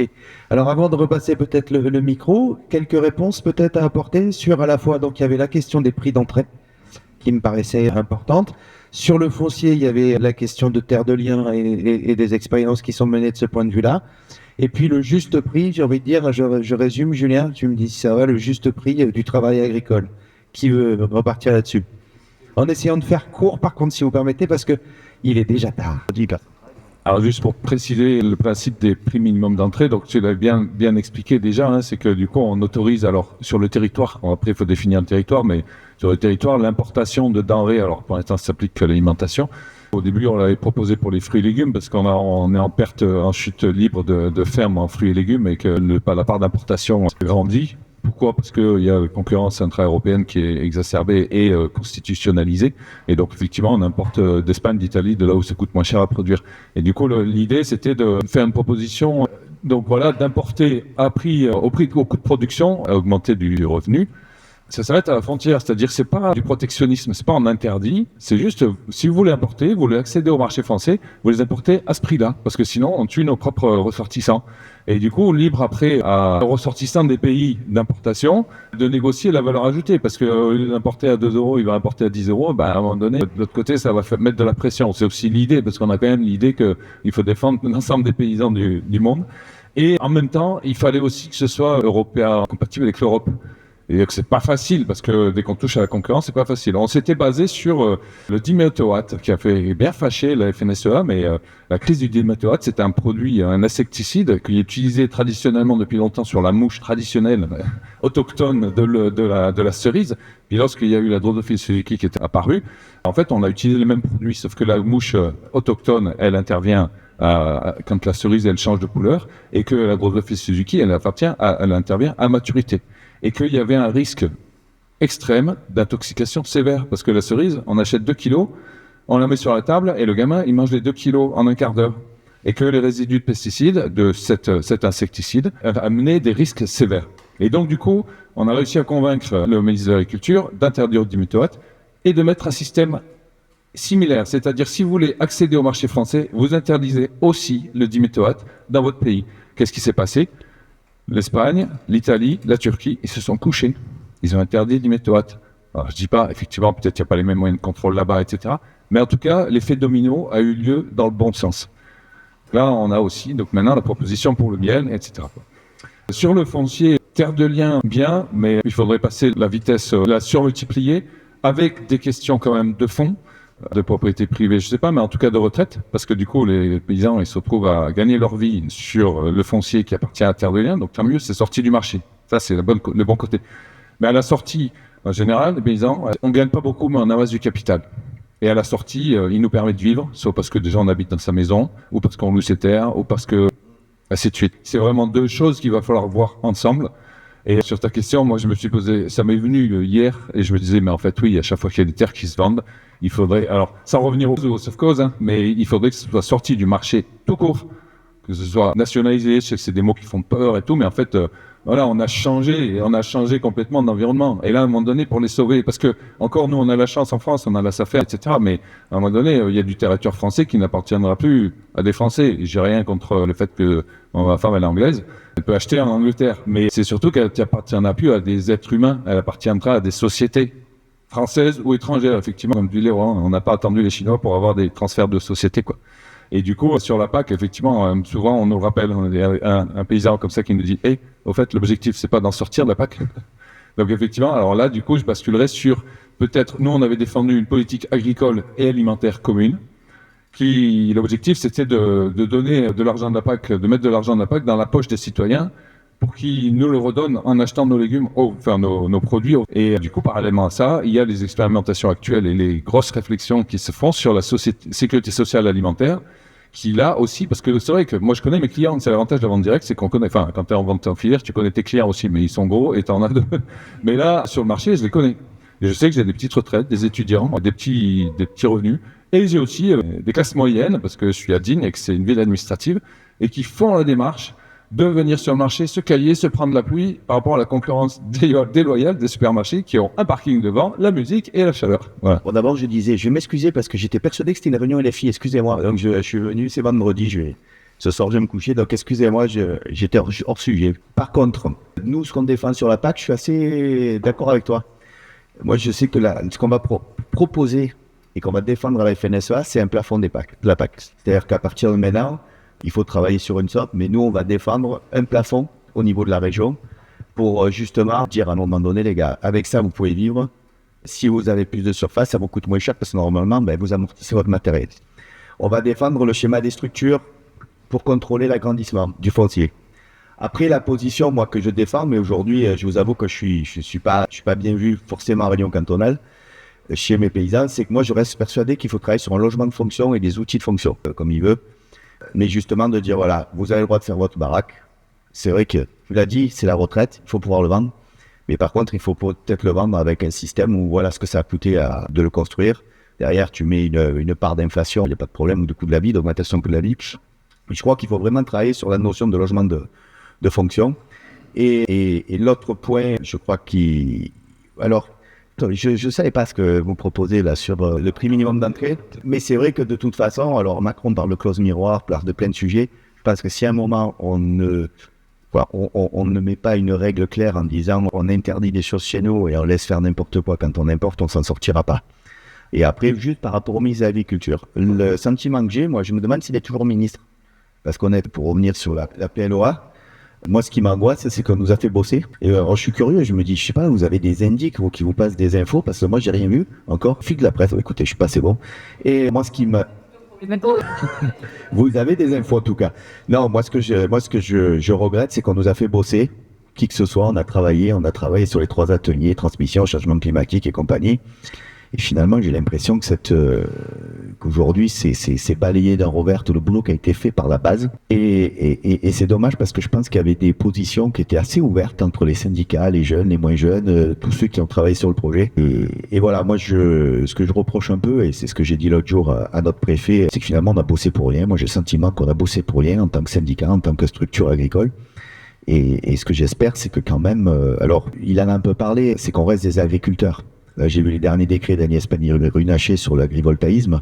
Je suis assez inquiet parce que j'ai l'impression que maintenant, on est en train de dénaturer l'agriculture en nous disant... et c'est pour ça que je me bats aussi pour de l'économie et des filières courtes. Je sais plus qui a parlé de régionalisation, c'est peut-être toi.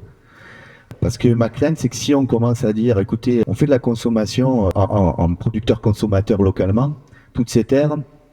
J'ai peur qu'à un moment, on nous dise, écoutez, on va mettre de l'agrivoltaïsme, vous mettrez de la prairie, on va mettre des brebis dessous, on mettra autre chose. Et finalement, on va dénaturer notre métier. Et ce sur quoi je pense qu'il faudra être très attention dans l'ordre d'orientation, c'est que les paysans restent des paysans et qu'on n'essaie pas de nous inventer des métiers à côté en complément de revenus. C'est-à-dire que si à la limite, l'énergie vient aider à produire, j'ai pas de problème là-dessus. Mais je reste très inquiet sur les orientations agricoles et qu'on reste bien des paysans. J'ai des cours. Alice. Alors, il y a Alice qui dit un mot. Il y avait encore une intervention. Je suis désolé, ce sera la dernière. Mais c'est vraiment sur le volet transmission, installation, transmission. Alors, il y a des choses qui sont reprises là-dedans. Mais franchement, là, il faut rendre hommage à la Chambre d'agriculture 04 qui a fait ça sur son initiative et qui l'a fait alors depuis de longues dates avec des accords avec la MSA pour essayer d'identifier les cédants longtemps avant et qui est monté en puissance petit à petit avec des concertations avec les syndicats à la SAFER pour essayer de cerner la personnalité humaine des cédants pour savoir comment les aborder et puis savoir s'ils ont des repreneurs, etc. Et ensuite proposer des formations juridiques, encadrer tout ça, mais pas l'encadrer réglementairement, mais l'encadrer d'humain. Du coup, franchement, je trouve que le résultat est vraiment à la hauteur. Alors après, c'est clair qu'il faut travailler sur la cession du foncier, etc. Mais ce que tu disais, Laurent, tout à l'heure, il faut travailler sur les cédants. Les cédants ne sont pas forcément les propriétaires. Et donc, en fait, ce qui nous manque parfois, c'est d'arriver à choper le propriétaire. Et quand on dit propriété privée, lorsqu'on achète un terrain, s'il est en zone constructible, on peut construire, mais pas n'importe quoi. Et donc, c'est pas de la propriété privée, c'est juste du droit qui se rapporte à ta propriété. Si tu as une voiture, tu peux pas foncer dans la faune, c'est interdit. Voilà, on peut pas faire ce qu'on veut avec sa propriété. Et donc, je pense là, alors en plus en détail plus tard à un moment donné, mais là, il y a de quoi dire. Et là, c'est un peu délayé dans le projet de loi. Alors, c'est la dernière fois que je te passe le micro parce que tu as dit ce que je voulais dire. Alice. Oui, moi, je voulais prendre un peu de la hauteur sur tous les débats qu'on a eus. Et là, si cette PLOA, elle va être discutée en février, en mars, comment ça se fait dans une... Enfin, je vous titille un petit peu les députés. Comment ça se fait avec la 5e République que la PLOA qui est censée dicter les 10 prochaines années du modèle agricole français, elle passe par décret et qu'on la discute pas à l'Assemblée, et qu'est-ce qu'on peut faire et comment, voilà, votre point de vue sur ça, plutôt sur un point de vue constitutionnel. Oui, deux choses. D'abord une précision et ensuite une question. Une précision par rapport à Terre de Liens, donc c'était dit tout à l'heure, parce que moi je suis à la fois bénévole et adhérent Terre de Liens, et on ne parle pas, nous, d'associations, on parle de mouvements citoyens, puisque grâce à l'épargne populaire que l'on recueille, ça nous permet d'acheter effectivement une ferme avec laquelle on contracte avec un paysan, et on lui propose un bail rural environnemental sur une durée qui est négociée effectivement aussi avec le paysan qui serait donc en location. Ça, c'est la première chose. La deuxième, je pense qu'il y a quelque chose sur laquelle il faudrait aussi intervenir, c'est que si le bio marche aussi avec autant de difficultés aujourd'hui, il y a un problème qu'il faut mettre en avant, c'est la multiplicité des labels. Et notamment le dernier HVE par exemple, il y a énormément de labels, les gens sont perdus, ils savent plus ce qui est bio, ce qui n'est pas bio, etc. Et il y a un moment, je crois qu'il va falloir mettre un grand coup de pied dans la fourmilière pour essayer de mettre tout ça en place et de réglementer.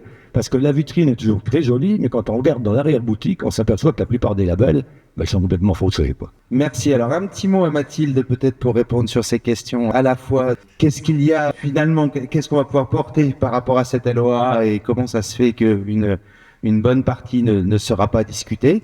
Et puis après, un mot de conclusion. Et puis, je crois qu'on va être obligé de conclure. Mais on aura l'occasion d'y revenir. Il y avait plusieurs points sur lesquels je voulais revenir et sur ce que nous, on défend. Sur la spécialisation des régions. Que effectivement, selon la typologie des régions, les reliefs, etc., on peut pas tout faire n'importe où.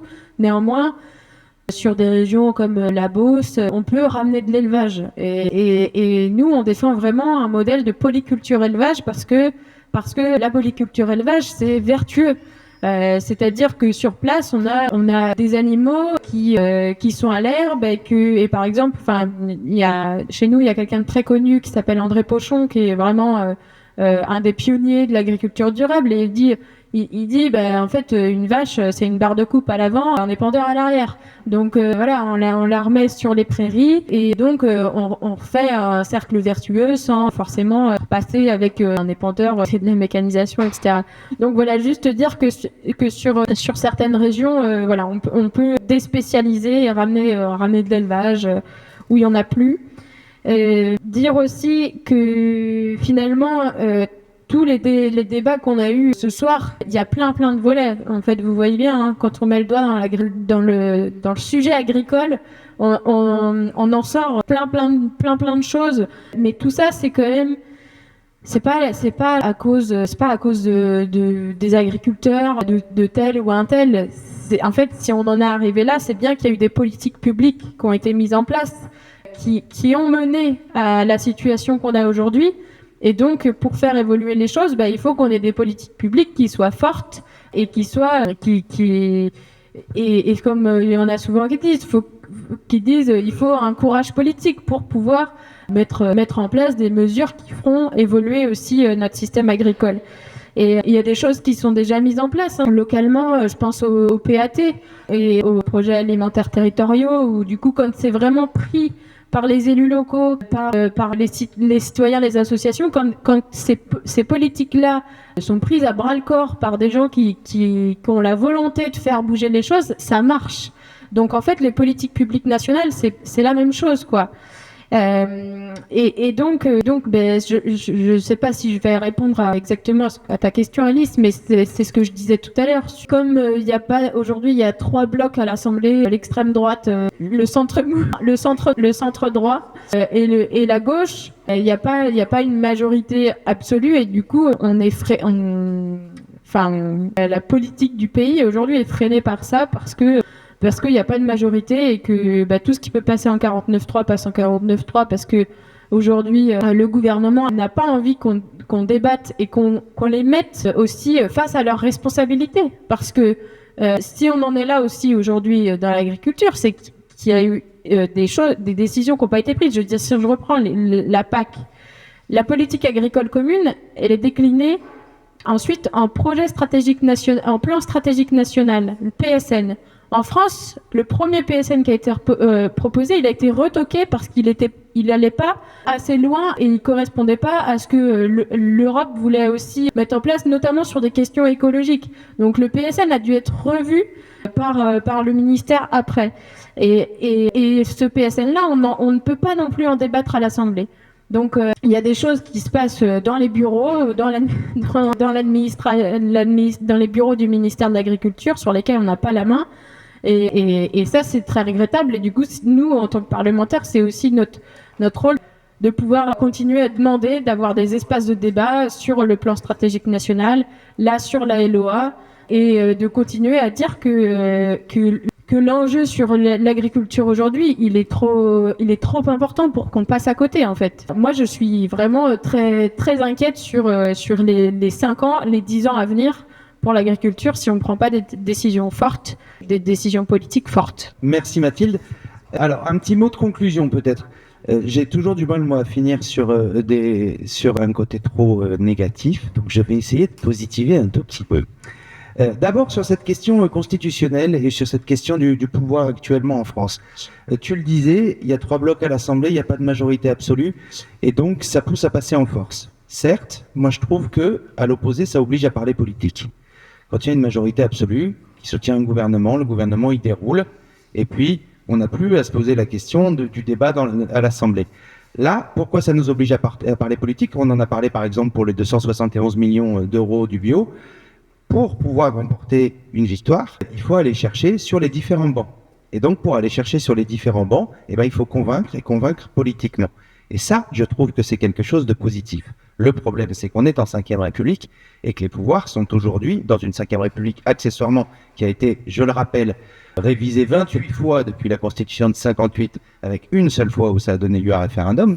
Mais donc, c'est pas la Constitution de 58 qui s'applique aujourd'hui et les révisions sont toutes ou presque allées dans le sens d'un renforcement du pouvoir de l'exécutif. Le problème, c'est ça. C'est que normalement, avec une assemblée où il n'y a pas de majorité absolue, on devrait pouvoir trouver des majorités alternatives, mais qu'à chaque fois qu'on le fait et qu'on arrive à le construire, c'est détruit. On parle beaucoup du 49.3. Moi, je suis extrêmement reconnaissant à Emmanuel Macron et Elisabeth Borne de la séquence des retraites, puisque nous, ça fait des années et des années qu'on essaie d'alerter sur la question de la 5e République et de faire du droit constitutionnel avec les Français. Et que là, en 6 mois, ils nous ont donné un cours de droit constitutionnel absolument incroyable, parce que je croise un nombre de gens qui connaissent non seulement l'article 49.3, mais l'article 44.3, mais l'article 46.7, et qui sont capables de m'expliquer pourquoi l'article 40 nous empêche de déposer des amendements. Je trouve ça fabuleux. Donc il faut s'emparer de cette question démocratique. Et c'est la première question qui doit se poser, c'est comment prend-on les décisions dans ce pays?